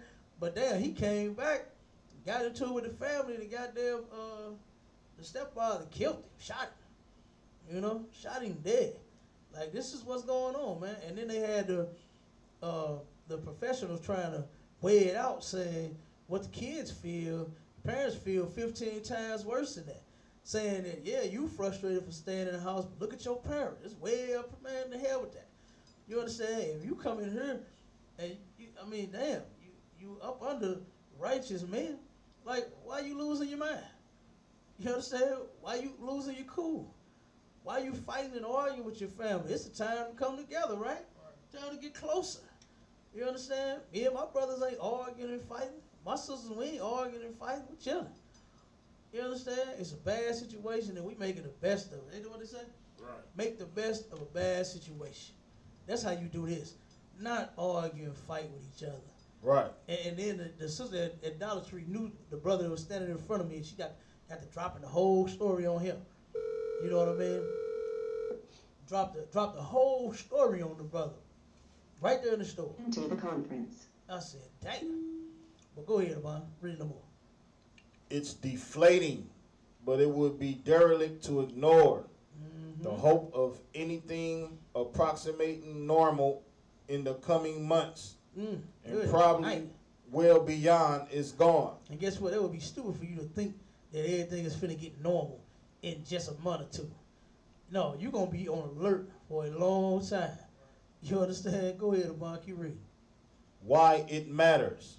It's great and normal to cheer for a miracle cure or sudden coronavirus retreat. but the experts who study the virus closest seem unanimous in their verdict that our health, economic, and social pain will persist for many months to come. What's Has joined. one second now. That's your line. So it's working now? Come on, ain't no sweat. Throw out the word. Go ahead, Amanda. It's time to recalibrate expectations based on this stark reality. Mm-hmm. Bill Gates warned in a blog post this week. Now you know Bill Gates is he's the conspiracy theorist target. Everybody, they mama is talking about Bill Gates and memes and everything. That's something we forgot. I forgot the damn memes. That's where we get them. But they had a meme where it showed Bill Gates where he was talking about back in the 80s he made the virus for the computer. Now in 2020 he made the virus for the people. Like, good night. Folks are so damn spooked. It's so damn stupid. Like, come on. Say he made the virus and then sell you antivirus software. You know what I mean? Yeah. Like some devil did do that. You know what I'm saying? They was playing with the goddamn computer. That's all they known for is effing up everything. So yeah, they sat and figured out how they could F it up, and then they figured it out, and then they said, well damn, now we gotta make up something because we done effed it up. You know, that ain't nothing abnormal. That's white people for you. You understand? Hell, they took and messed up the goddamn food, and now they turn around and claim they had to fix it and make everything GMO. You understand? Like, if you leave the food alone, you have nothing to fix. Right. If you left the computer, when the black man made the computer, it was cool. You understand? It was nice and simple. Now they run hot, they blow up in your face. You understand? They catch on fire.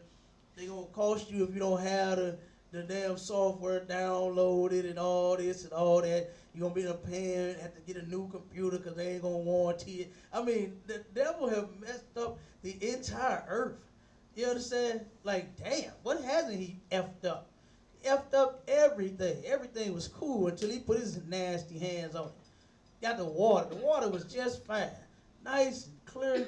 But then let him turn around and put his hand in it. Now he got to put bleach in the water. You understand? If Donald Trump was, we've been drinking bleach. You understand? We've been drinking bleach. So we should already have that vaccine. We shouldn't even get COVID-19 if that's the case. That's already the vaccine. Go ahead. It's bleach in the pool water with pee. It's bleach in the pool. Yeah, right. That you pee in, it turns blue when you pee, and you open your mouth, you swallow the pee in the pool. You damn right. You understand? Like, it only makes, and man, you say, look, they water tastes like bleach. I mean, Yes. bleach. Straight up. You go out the faucet with a cup of water from East St. Louis, bleach. It's like you done took the Clorox and put it over your ice. Straight up. I ain't lying. It's just that bad over there. Go ahead. So like, and the further that you go into Illinois, the more it tastes like them. That's Like about true. bleach. Yes, I can believe that. I can believe that. So Donald Trump, we've been drinking bleach forever. Right. We've been trying to kill the niggas in East St. Louis forever. You understand? And hell, look at how crazy they is over there. Probably from what white folks is putting in the water and in every damn thing that they doing. They're poisoning everything. They are effing up everything. You understand? Go ahead, Abon, read a little more. Bill Gates said full stadiums and big concerts, both of which will be signs of true normal, probably will not make the cut for a long time. So he said, ain't finna be no concerts, ain't finna be no big ball games. Look, I mean, boy, the Lord, come on, man. Now, what's it? Are you ready for some football? The boy, they cut out the white man football. Good night. He loved the niggas running across the field, making him billions of dollars. How many millions of dollars they make off one commercial? They make 25 and 30 mil off one short commercial. You understand? Let alone all of that high ass beer he's selling. That's how much is it about $15 in the goddamn stadium? $16. $16 in the stadium for some beer. You understand?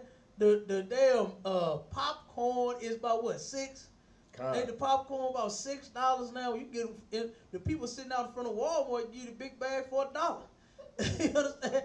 They give you that same big bag of popcorn for $1, but you go to his stadium at the football game, you paying $6 whole. Then the nachos is about what, $7, $8? About 10. About 10. Ooh, good night. And then they just give you plain nachos and plain cheese. You just get a nacho chip and a cheese. Yeah, God. The commercial was $5.6 million for 30 seconds. 5.6 mil for 30 cents. That's how much money he make off his commercials. God, for a 30-second football commercial. Like, come on. And then the tickets, let's not talk about all the tickets. There's, what, 50, 75, 100. You understand? The closer you get down to the damn field, the more you paying. Like, come on. And then it's the Super Bowl. Go ahead. Between 4 to 5,000. What, between 45? 4 to 5,000 per ticket. For the Super Bowl? Uh-huh. Ooh, good night. 4 to 5,000. Yeah, I thought you said 45. Damn. $4 to $5,000 for the Super Bowl. Look, the water, and you mean to tell me that this is not the Lord's doing? He determined. You've been protesting all year. You know how many people that have been protesting, talking about hit the white man pockets, hit him where it hurt his pockets. Mm-hmm. Don't spend with white people. Do this, and them very people have accomplished no thing. They have accomplished nothing. But the Lord turned around, and one day it's sunny and bright and shining, and hell, the next, everybody at home and closed and broke and collapsing. Like, come on, go ahead. It's so obvious because they hypocrites. They said boycott the NFL. They know they was watching them games. Oh, come on. They out there saying, "Oh, Come on. you at the house watching them games." Come on, you already Like, know.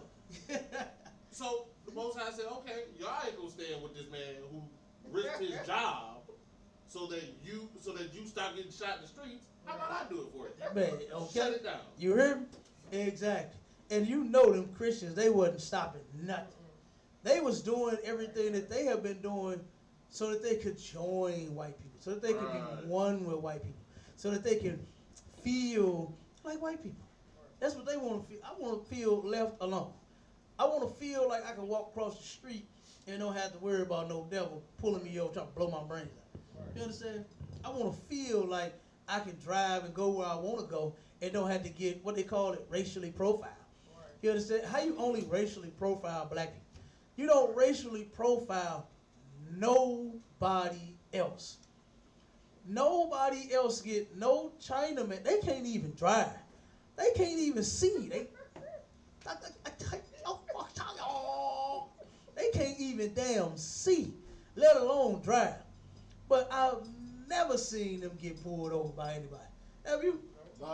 Have you ever seen them get shot because they Chinese? Never. You understand? I've never seen an Arab get pulled. They did the so-called did 9/11. According to America, it was the Arabs that did it. When it was obviously an inside job, you did that. Right. You understand? Don't no plane hit the building up top and it then blow up from the bottom. You understand? That is ridiculous. You understand? And then they claim that the structure, the metal, and everything that they're building is made out of, them two planes couldn't have created that much heat. You understand? In order for it to blow like that. It wouldn't have did that. You understand? But here it is, you thinking that the Arabs did it. You understand? But then you still in an Arab store. You go to them for your food. Right. You think they blew up the goddamn what's the other one? The Pentagon. You understand? You think they blew up the Pentagon, but you don't think they're gonna blow up your chicken? You know what I'm saying? Like, you going to get crispy chicken from the Arabs, but you don't think they're gonna blow that up too? You know what I mean? Like, come on, man. Like, we so damn stupid. It don't make no sense. But they know that they can get over on us because we are destroyed people. You understand? We are completely damn destroyed, man. You know, and they get over on us every single time, every level. Is unimaginable. The stuff that they do. Like, come on. You know? And here it is. You turn around, and what you have been marching for over, this is 104 years, 5 years? This marks number 104 or either 5 years of black people marching and protesting. Okay, you've been doing this for 100 years, and the Lord did it in less than 60 days. You understand? Turn around, and yet soon as this thing hit, everybody was talking about how, oh man, the economy, what's gonna happen? The Lord did it in a split damn second. Less than 60 days, this place is about to turn upside down. From going to the richest country ever to thriving and businesses and new businesses everywhere about.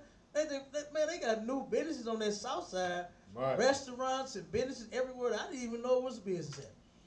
I done rolled through a couple times like, damn, who thought to put a restaurant right here? You know, they got like a nice fancy restaurant in the middle of the goddamn block. You know what I mean? Houses sitting on the side of the goddamn, like, damn, like who put a restaurant right here? You know, they got all kind of businesses like that. You see how they've been doing all this construction all over, building all of these buildings and lofts. They don't have a place to put the homeless, but they got lofts going everywhere. They got businesses going everywhere. They got everything everywhere, but not for the nakers, not for the homeless. They turn around and they don't even let them sleep nowhere downtown. Okay. They so evil. They turned around and they started taking, you know, the highway, the overpass. You know what I'm saying? To where up under it, they used to sleep under there. The white man is such a devil. He just started putting decorations under it, putting fences and lights around it to where they can't sleep up under the bridges no more. They turned around that camp spot we got on 14th and Spruce. 1 week we go out there for camp, feeding them a while, and then the next week they got the construction. They got it all blocked off. Another week, just a little further down, they had them sleeping on the sidewalk, and then they come by and put fences around just not the street, but just around the vents that's in the ground to where the homeless was getting heat at. They turned around and just put a fence around that so they couldn't lay there. I said, God damn, well, this dude is evil, man. Right. This dude is so evil, he won't even let you sleep. He ain't gonna give you a place to stay, but he won't at least let you sleep on the street. Like, how criminal is that? Like, they have nowhere to go. I pulled out an article about a homeless dude. They locked him up because he did not have nowhere to go. And then the police locked him back up because he did not have nowhere to go. Like, I'm like, damn. They locked him up. They had him locked up because he did not have nowhere to go because he was homeless. And they took him to the county, and he asked them to bring him to the city, bring him downtown. And then they turned around and locked him back up because he didn't have nowhere to go. I'm like, get the hell out of here. Like, these people are the devil. That's it. That's all you can say about it. They are the devil, the Bible speaks of. That's right. They're not good people. You understand? They don't have your best interests. Black people always talk about that. Somebody having your best interests at heart. White people will never have any interest of yours in their heart at all. None. But like I said, this dude was got locked up because he was homeless, and then got locked back up because he didn't have nowhere to go because he was homeless. Like, these people are extremely evil, man. This is the kind of stuff that they doing here in St. Louis. You understand? And I'm pretty sure they doing that, and who knows what else they doing everywhere. Let's get the scriptures on this real quick, man. Jump to Matthew 23 and start at 1.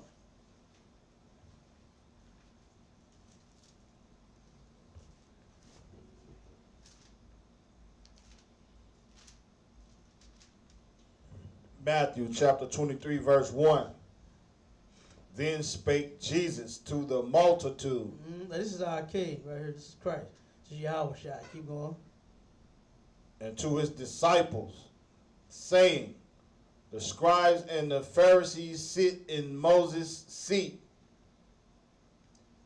All therefore, whatsoever they bid you observe, that observe and do. So the scribes and the Pharisees and the Sadducees, they were different sects, different religious groups. You know how you got your Pentecostal, Baptist, Apostolic, you understand, non-denominational, all these different religious groups. They were different sects, different religious groups, and they sit in Moses' seat. You understand? They They are the leaders of the people in the time of Christ. And today, the leaders of our people is your Christian pastors and, you know, your reverends and your bishops and all of them. You understand? And all, therefore, whatsoever they bid you observe. Pay attention to what they say. All right? It says, they that observe and do. But do not ye after their works, for they say and do not. What they was doing was they was teaching the law. They were teaching people, you're not supposed to do this. You're not supposed to eat that. You're not supposed to be gay. You're not supposed to be lesbian. You're not supposed to be a whore. You're not supposed to cheat on your husband. You're not supposed to sleep with another man's wife. They were teaching that, but they weren't doing it themselves. And how do you know? What was that in, was it 19? Matthew 19, when they brought the woman that got caught in the act of adultery? You understand? They caught her cheating on her husband in some form of, you know, fashion. And he turned around, and when he told them, and the Christians in the church love twisting that, when Christ said, he without sin cast the first stone. He said he among you without sin. He was talking specifically to them. They're saying, since you are finna put this woman to death for what she did, which one of you haven't sinned? Since, you know, which one of you haven't slept with this woman before? You understand? Since she, you know, because you know preachers are known for sleeping with other men. Well, Bible pulled that out. You understand? Like, that's all they do. You couldn't even find the article that I needed because of all the articles of all the preachers sleeping with other men's wives. And that's a sin. You understand? And that's a sin worthy of death. You understand? Right. Your pastor is supposed to be put to death while he's sitting there faking and shaking and gyrating in church. He needs to be in the truth. Right. You understand? Getting some mercy from all of the filthy things that he's done in his life. That's what he should be doing. You understand? But these people was telling you, serve the Lord. Like when you go to church, I used to hear that all the time. You got to get right with God. Get right with the Lord. Get right with Jesus. You understand? But what the hell does that even mean? Like, they never even told anybody how to actually get right with God. I never heard them tell people how to actually get right with Jesus. You understand? They never, but they all, you always heard, oh, you got to get right with the Lord. You got to be right when he returns. And this and that. I'm like, well, what do you do? What am I supposed to do? You know what I mean? So they tell you that you got to serve, and that's true. That's a fact. You must serve. That's what you was put on this earth for. You understand? That's what before you supposed to go to college to be a nurse or a doctor or a lawyer or, you know, whatever it is, you know, whatever career you choose in life, your first thing that you're supposed to be doing, your whole life is about you serving God. That's what you're supposed to be doing day and night. You understand? But they don't tell you that because they hypocrites. They Christian pastors, the leaders of our people, the Sadducees and Pharisees, the modern day Sadducees and Pharisees, which is your Christian preachers, they don't serve the Lord. Keep going, man. For they bind heavy burdens and grievous to be borne. They bind heavy burdens, man, that's grievous to be borne. Keep reading. And lay them on men's shoulders. And they lay them on men's shoulders. They got, oh my God, the Israelite Christian church community got sisters thinking they can't wear pants. They got brothers, they want other women, but they telling them you can only have one wife. You understand? They putting all of these unnecessary heavy burdens on our people, man. They telling folks that you can eat pork. Now the Christians tell you that you can eat pork, just pray over it. And the Israelite Christians tell you that you can eat the pork, just eat the piece and just take the pork off the piece. You understand? Like, I done heard some silly nonsense. You know what I mean? Like, they is real silly. You know? I done heard a lot of stupid things, stuff that ain't even in the Bible. You know? But her commander, Johanna, is telling you to serve the Lord, showing you how to do it. Not just telling you. He's doing it himself. He's teaching it to you, showing you what it says in the scripture. He's doing it, and therefore we're doing it too. And then you got people complaining about Commander General Yohana. When he's teaching you right. He's teaching you properly. But then your pastor, they tell you, what was his name? Reverend Ike? They tell you you got to fake it to make it. You'll listen to him. Yeah, man. I was faking anyway. I was faking every time I come in here. That go right along with Christianity. You understand? They faking as if they actually love the Lord. And if they actually serve Jesus and all that nonsense they talk about. You understand? Go ahead, Abon. But they themselves will not move them with one of their fingers. They ain't gonna move them heavy burdens that they done laid on your shoulder. And they ain't gonna do it themselves. The very people that tell sisters not to wear pants, they women wear pants. You understand? Right. They teaching you not to do it, but they don't do it themselves. You know how many fake Israelites I know that celebrate holidays? They telling you not to celebrate the holiday, but they don't do it themselves. You understand? Christians always talk about you got to serve God. You got to get right with God. They ain't even right with God. You understand? They not even right with God. Keep going, Abon. Kind of a con. But all their works they do for to be seen of men. Now, guess what? You can't do no work if you closed.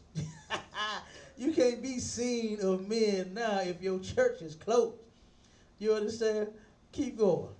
They make broad their phylacteries. Phylacteries is like a box. You understand? You know how Catholics walk around with that box and that little incense holder and they swing it around. They make broad that kind of stuff. Keep going. And enlarge the borders of their garments. And they enlarge the borders of their garments. Them bathrobes that they be wearing. Them Roman togas. Them choir robes. Men look gay as hell in a choir robe. You swinging and clapping and you all like this. Boy, you look gay as hell. No wonder you got that tambourine in your hand. You understand? And you know the tambourine go right along with the choir robe. Damn right. You know what I mean? They turn around and got their choir. Talking about Jesus this, Jesus that. Is you crazy? Well, you is a homosexual. You understand? But that's what they do. They make broad they suits that they wear. You understand? They brag on how, you know, they suit costs thousands of dollars. When hell, half of your members can barely even afford any clothes. Barely even got 10 outfits. You understand? Clothes don't even last them 2 whole weeks before they had to go wash them again. But then here you is, you got nice clothes on. You understand? Go ahead, Bob. Keep reading. And love the uppermost rooms at feasts. Mm-hmm. And the chief seats in the synagogues. They love going out to eat. The pastor anniversary, the pastor dinner this, the pastor this, the pastor, and they always going out to eat to do it, ain't they? Damn right. You know what I mean? And then the titles that they hold, the chief seats in the synagogue, they love being a member on the board. Like, what in the heck? What is you doing? I know a sister that said she was one of the boys. She was selling drugs. She was selling drugs at the time. She was on the board as one of the members. Yeah, and guess what? She was keeping up with the money. Hell, I guess dope boys and dope girls know how to handle some cash, huh? And she was on the board in the church. This was her own statement. You understand? And I know she ain't lying. Because, hell, all of them in there criminals. You understand? From the pastor all the way on down, man. Keep going. And greetings in the markets. Mm-hmm. And to be called of men, Rabbi, Rabbi. My pastor, my pastor, my pastor. They love that. They love being pastor this and pastor. What are you pastoring? What are you doing? Who are you leading except for a straight? Like, what are you doing? That's all they doing in the church. Go ahead, Abba. But be not ye called Rabbi, Uh-huh. for one is your master, Mm-hmm. even Christ, and all ye are brethren. Okay, skip down to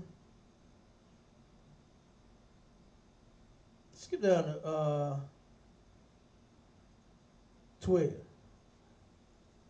And whosoever shall exalt himself shall be abased. Uh-huh. Shall be abased. Yeah, ain't none of the preachers.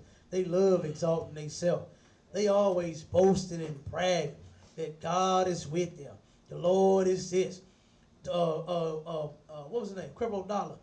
He told his church, he said, look, I got my Benz, you got to get yours. You understand? He like, shit, nigga, I'm rolling. You understand? Rolling, I'm whipping on y'all ass. In my Benz, y'all ain't got one? Huh. God must not be with you. That's what he told his members.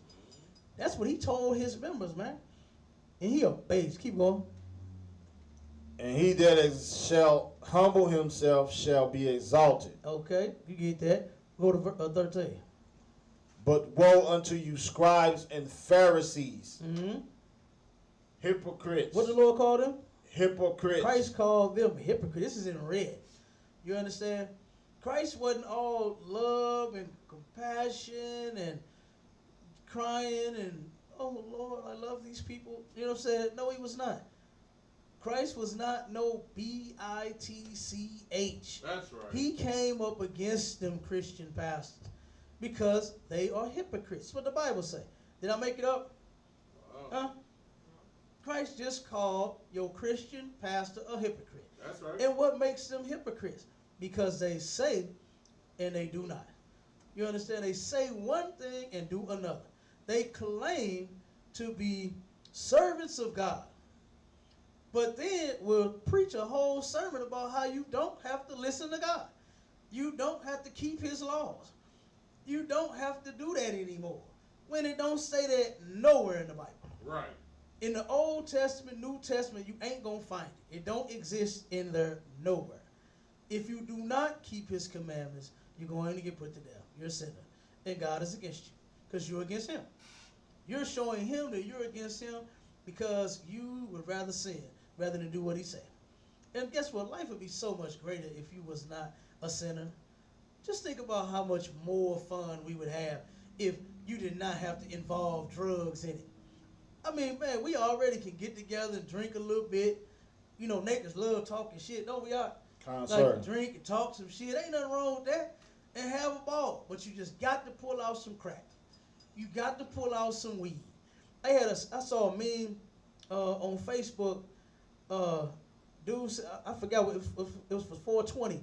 I forgot what the caption it said, but it said something about how he liked it or something.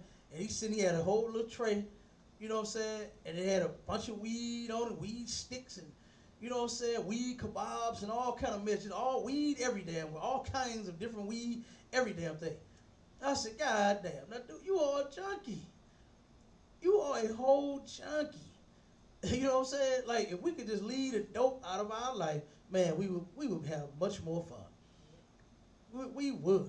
If we would stop molesting children and being gay and lesbian, oh my God, the world would be a much better place. That's right. Children would be safe. You understand? So many of them would be missing. You understand? And damn, thank God for that right now. They scared to get coronavirus, so they ain't kidnapping the kids. You understand? A whole lot of them ain't being sex trafficked. Out in, Berkeley? I think in Berkeley, almost 100 kids is missing. And they believe that they have been sex trafficked. That's what they think them kids, and they probably have. You understand? But due to the Lord sending this coronavirus, ain't nobody snatching nobody up right now. You understand? But guess what? If you was not kidnapping kids, guess what? The world would be a much better place.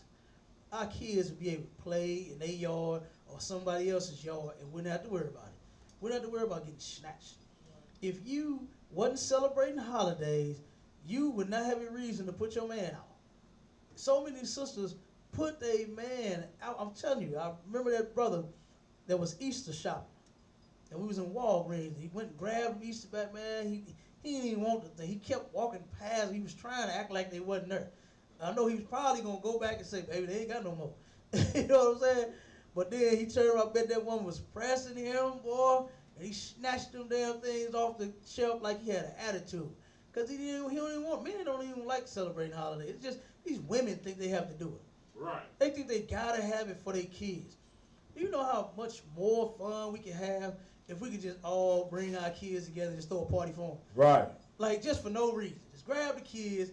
Hey, it's hot outside. Get a pool going. You know what I'm saying?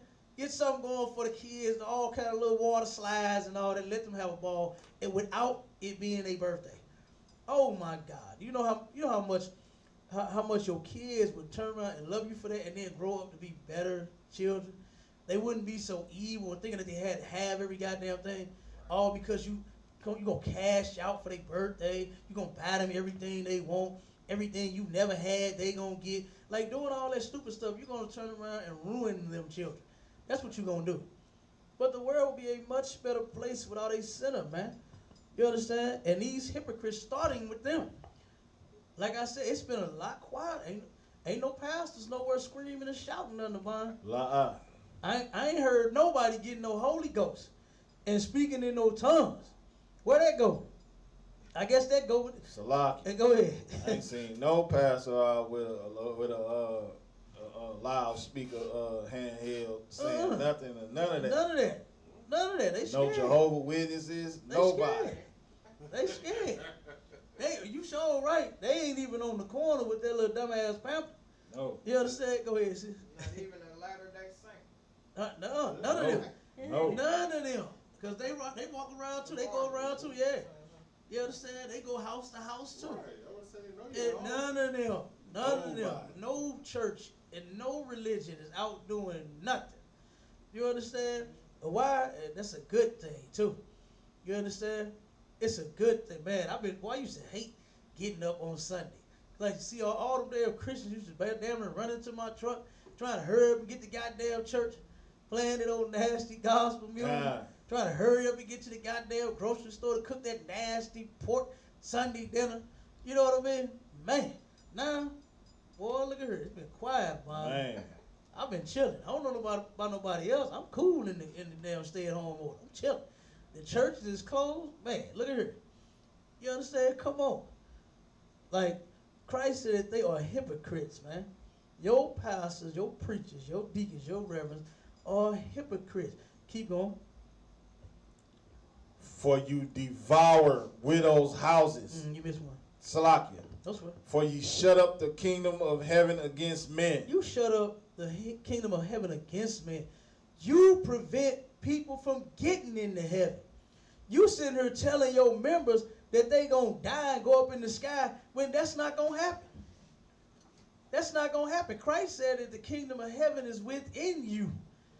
So if it's in you, then why the hell you got to die and go upstairs to get it? It's so stupid. They shut up the kingdom of heaven against men to where they are preventing men from getting in the kingdom of heaven. You understand? They in hell. They in your church and in hell. Why they in church and in hell? The church is supposed to be the place of God. Supposed to be just like heaven. Right. It's supposed to be where you go to get healed and get fixed and your problem solved. And why your members is still in hell when they come into your church? That's because that is the worship of Satan. The Christian church is the house of Satan. Keep going, Abon. Kana. For you neither go in yourself. And guess what? You ain't getting in either. Why your pastor lying talking about he going to heaven? He just died from COVID-19. You understand? And then went to go preach to a whole congregation full of members knowing he had COVID-19 and some of them finna die. You understand? Like, you ain't gonna go get into heaven. Your members ain't, and you ain't either. You understand? This is what Christ is saying. It's out of his own mouth. You understand? Right here in the book. I wonder, do Christians ever read that? You understand? I wonder, do they think the scribes and Pharisees were some people that was just back then at that time and not they damn preacher that they going to go see every Sunday? Oops, so I forgot he's closed. Can't go see him no more. You understand? He can't give you a old line goddamn prophecy.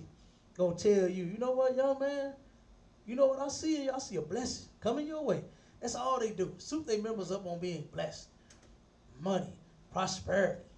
God just want to bless. This is every damn Sunday sermon is God want to bless you so. Man. God want to take care. He want to heal you and this and that. He want to touch you and he want to, oh my God, God just want to love you and hug. He want to do everything in the world to you. Like, come on. And nothing had happened. Nothing changed in your life. This is so stupid. Keep going, Abon. Neither suffer ye them that are entering to go in. Okay? Neither are you allowing them that are entering to go in. You want them to come to my church. No, don't go to the kingdom of heaven. Come to my church, man. It's better in here. We got songs. We got music. We got choir. You understand? You can sing up in here. Okay? Keep going. Woe unto you, scribes and Pharisees, hypocrites. Here it is again. You understand? Christ called them hypocrites again. He's checking the hell out. He going in. What niggas like to say, boy, he was going in on old boy. You understand? Hey, she was going in on old girl. Right. You know what I'm saying? We always talk about somebody going in on somebody. Christ going in on your Christian preaching. You understand? And guess what? Thou shalt not preach no more. Keep going. For ye devour widows' houses. They devouring widows' houses. You know how many sisters that are widows in their church, and they just devouring them ladies, man. Don't even give a damn about them. Got them coming to church giving all their money. No, they ain't even got none. Right. The husband that died. The husband was taking care of the house and the bills and everything. You understand? And these preachers devour them ladies. Come and say, you know what? That's okay, sister. Sister, come on in here and sow some seeds and watch the Lord bless you. And you got them women turning around sowing seeds, giving money that they don't even have. Okay, well, you should be helping them. You understand? You should turn around and be helping those ladies. But they not. Keep going. And for a pretense make long prayer. Oh, my God. Is Christ not talking about your Christian pastor? How long? Why I used to hate when they would do that tarry mess in church. As soon as my grandma used to say, come on, we finna go down tarry. I'm like, God damn, grandma. You know what I mean? We finna be down there too long. I gotta stand up down there. I can't sit in the front row and y'all do all that. You know what I'm saying? Boy, they be down there praying long. Good night. I got some people in my family, boy, them Christians. They pray until the food get cold. It be nice and hot, and they got an old long ass prayer. Lord, it start off slow too. Lord, Father, in the name of Jesus. They taking nigga, my plate. The plate cold now. It was hot. You understand? Now my plate cold. You know my food is next. You understand? Father, bless the hands that cooked and prepared this meal. You understand? Then it's gonna go to all this shouting and speaking. Oh Jesus! It's just chicken. You understand? That's all it is. It's chicken, muscatone, and garlic cheese bread. That's all it is. Can we eat? You understand? Like, can we eat? Go ahead, Bob. Kind. Therefore, ye shall receive the greater damnation. Your pastor is going to receive the greater damnation. Look at him. Got COVID-19 complications and died. Look how many preachers is dying from COVID-19. But I thought they was covered with the blood. Jesus didn't say they would be covered. He didn't say they'd be covered with the blood. He said you're gonna get the greater damnation. Right. All your members, yeah, they doomed too. You understand? They damn too, but you gonna get the greater damnation. Look at your boy. I can't help bringing him up. Eddie Long. Look at what you was doing, lying and molesting little boys, and look at how you went out. You understand? Look at how Eddie Long went out. He got the greater damnation. Talking about a worst case of cancer they've never seen. Okay, but was it COVID-19? Was that what it was? You understand? Did Eddie Long get the COVID? Get the hell out of here. Talking about some goddamn cancer. They lying. That homosexual about had the worst case of AIDS they ever seen. Go ahead. Keep reading, boy. Woe unto you, scribes and Pharisees, hypocrites! There it is again. They hypocrites. Keep going. For ye compass sea and land to make one proselyte. Keep going. And when he is made, ye make him twofold, more than the child of hell than yourself. Boy, you turn around and making them worse than yourself. You understand? Keep going. Woe unto you, ye blind guides, which say, whosoever shall swear by the temple, it is nothing. But whosoever shall swear by the gold of the temple, he is a debtor. You turn around and you are a blind guide, okay? And you swearing by the temple and say it's nothing. But whosoever shall swear by the gold of the temple, he is a debtor. Okay, you bringing that money in here. That's all. That's all they worried about is that money. All right? Let me see. Read 17. Ye fools and blind, for whether is greater, the gold or the temple that sanctifieth the gold? Okay, so he like, come on, man. You know what I'm saying? Like a person that, say, has something nice, and the thing that you turn around and have is greater than you going to go, say, like working and paying for it. You know what I mean? That's kind of like what he's saying right there. You know what I mean? To where the gold is greater, he making the money greater than the place that's supposed to be sanctifying the gold. You know what I'm saying? You supposed to be cleaning the gold. You supposed to be taking care of the gold. making sure it's straight, but then you saying the gold is greater than you. You understand? Keep going.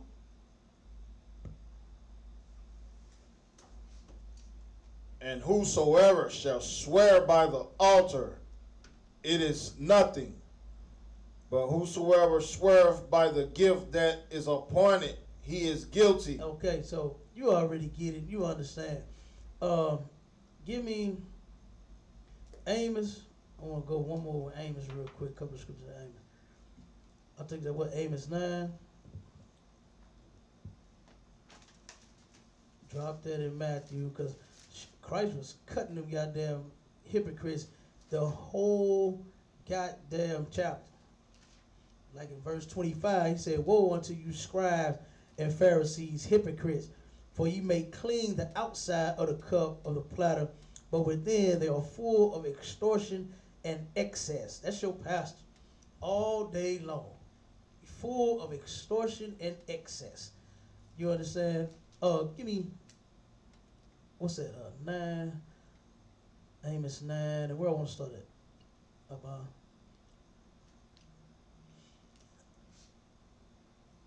One second.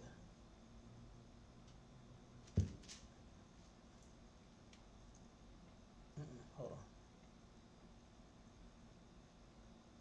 8, verse 8. Amos 9 and verse 8.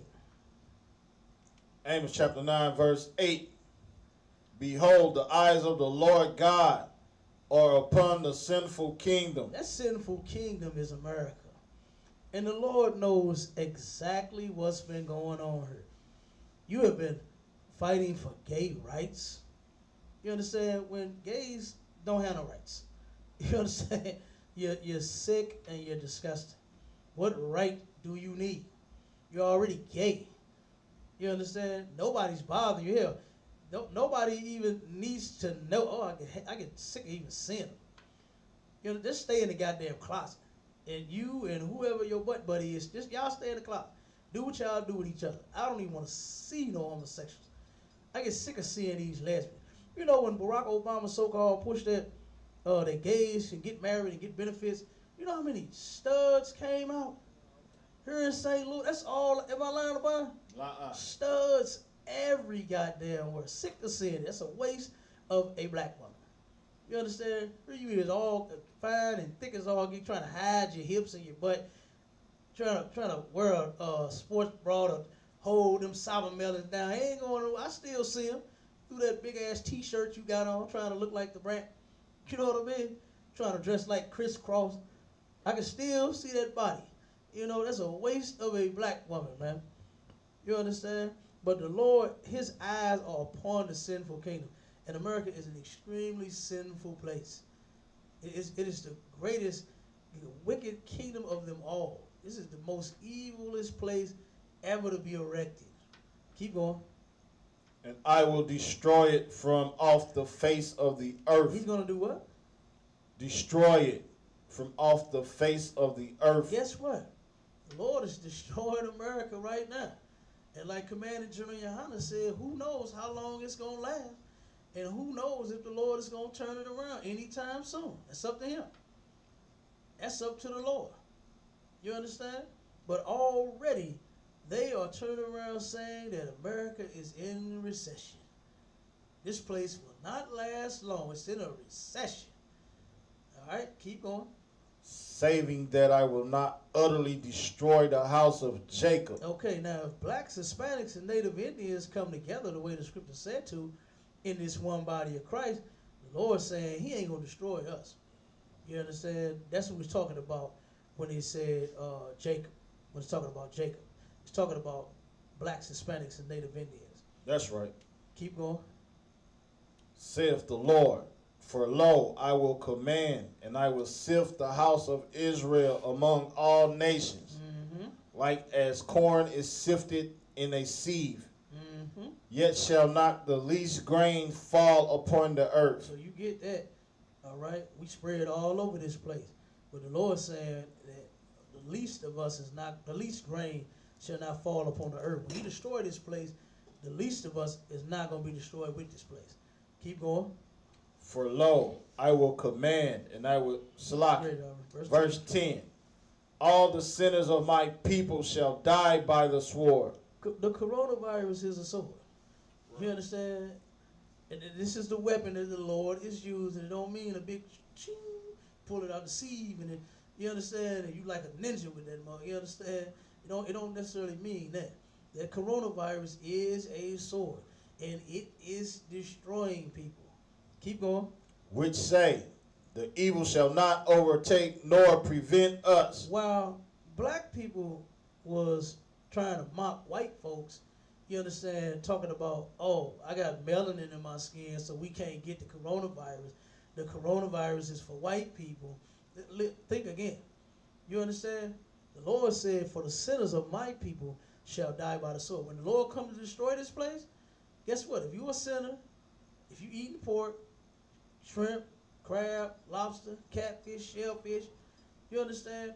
If you celebrating your birthday, you know what I mean? Folks is quarantining, celebrating their birthday. I seen the video on Facebook that went viral where a sister was a so-called self-made millionaire, and she had made $999,099. She needed one more dollar to be a millionaire, and she transferred it and put it into her, and she was such an evil person.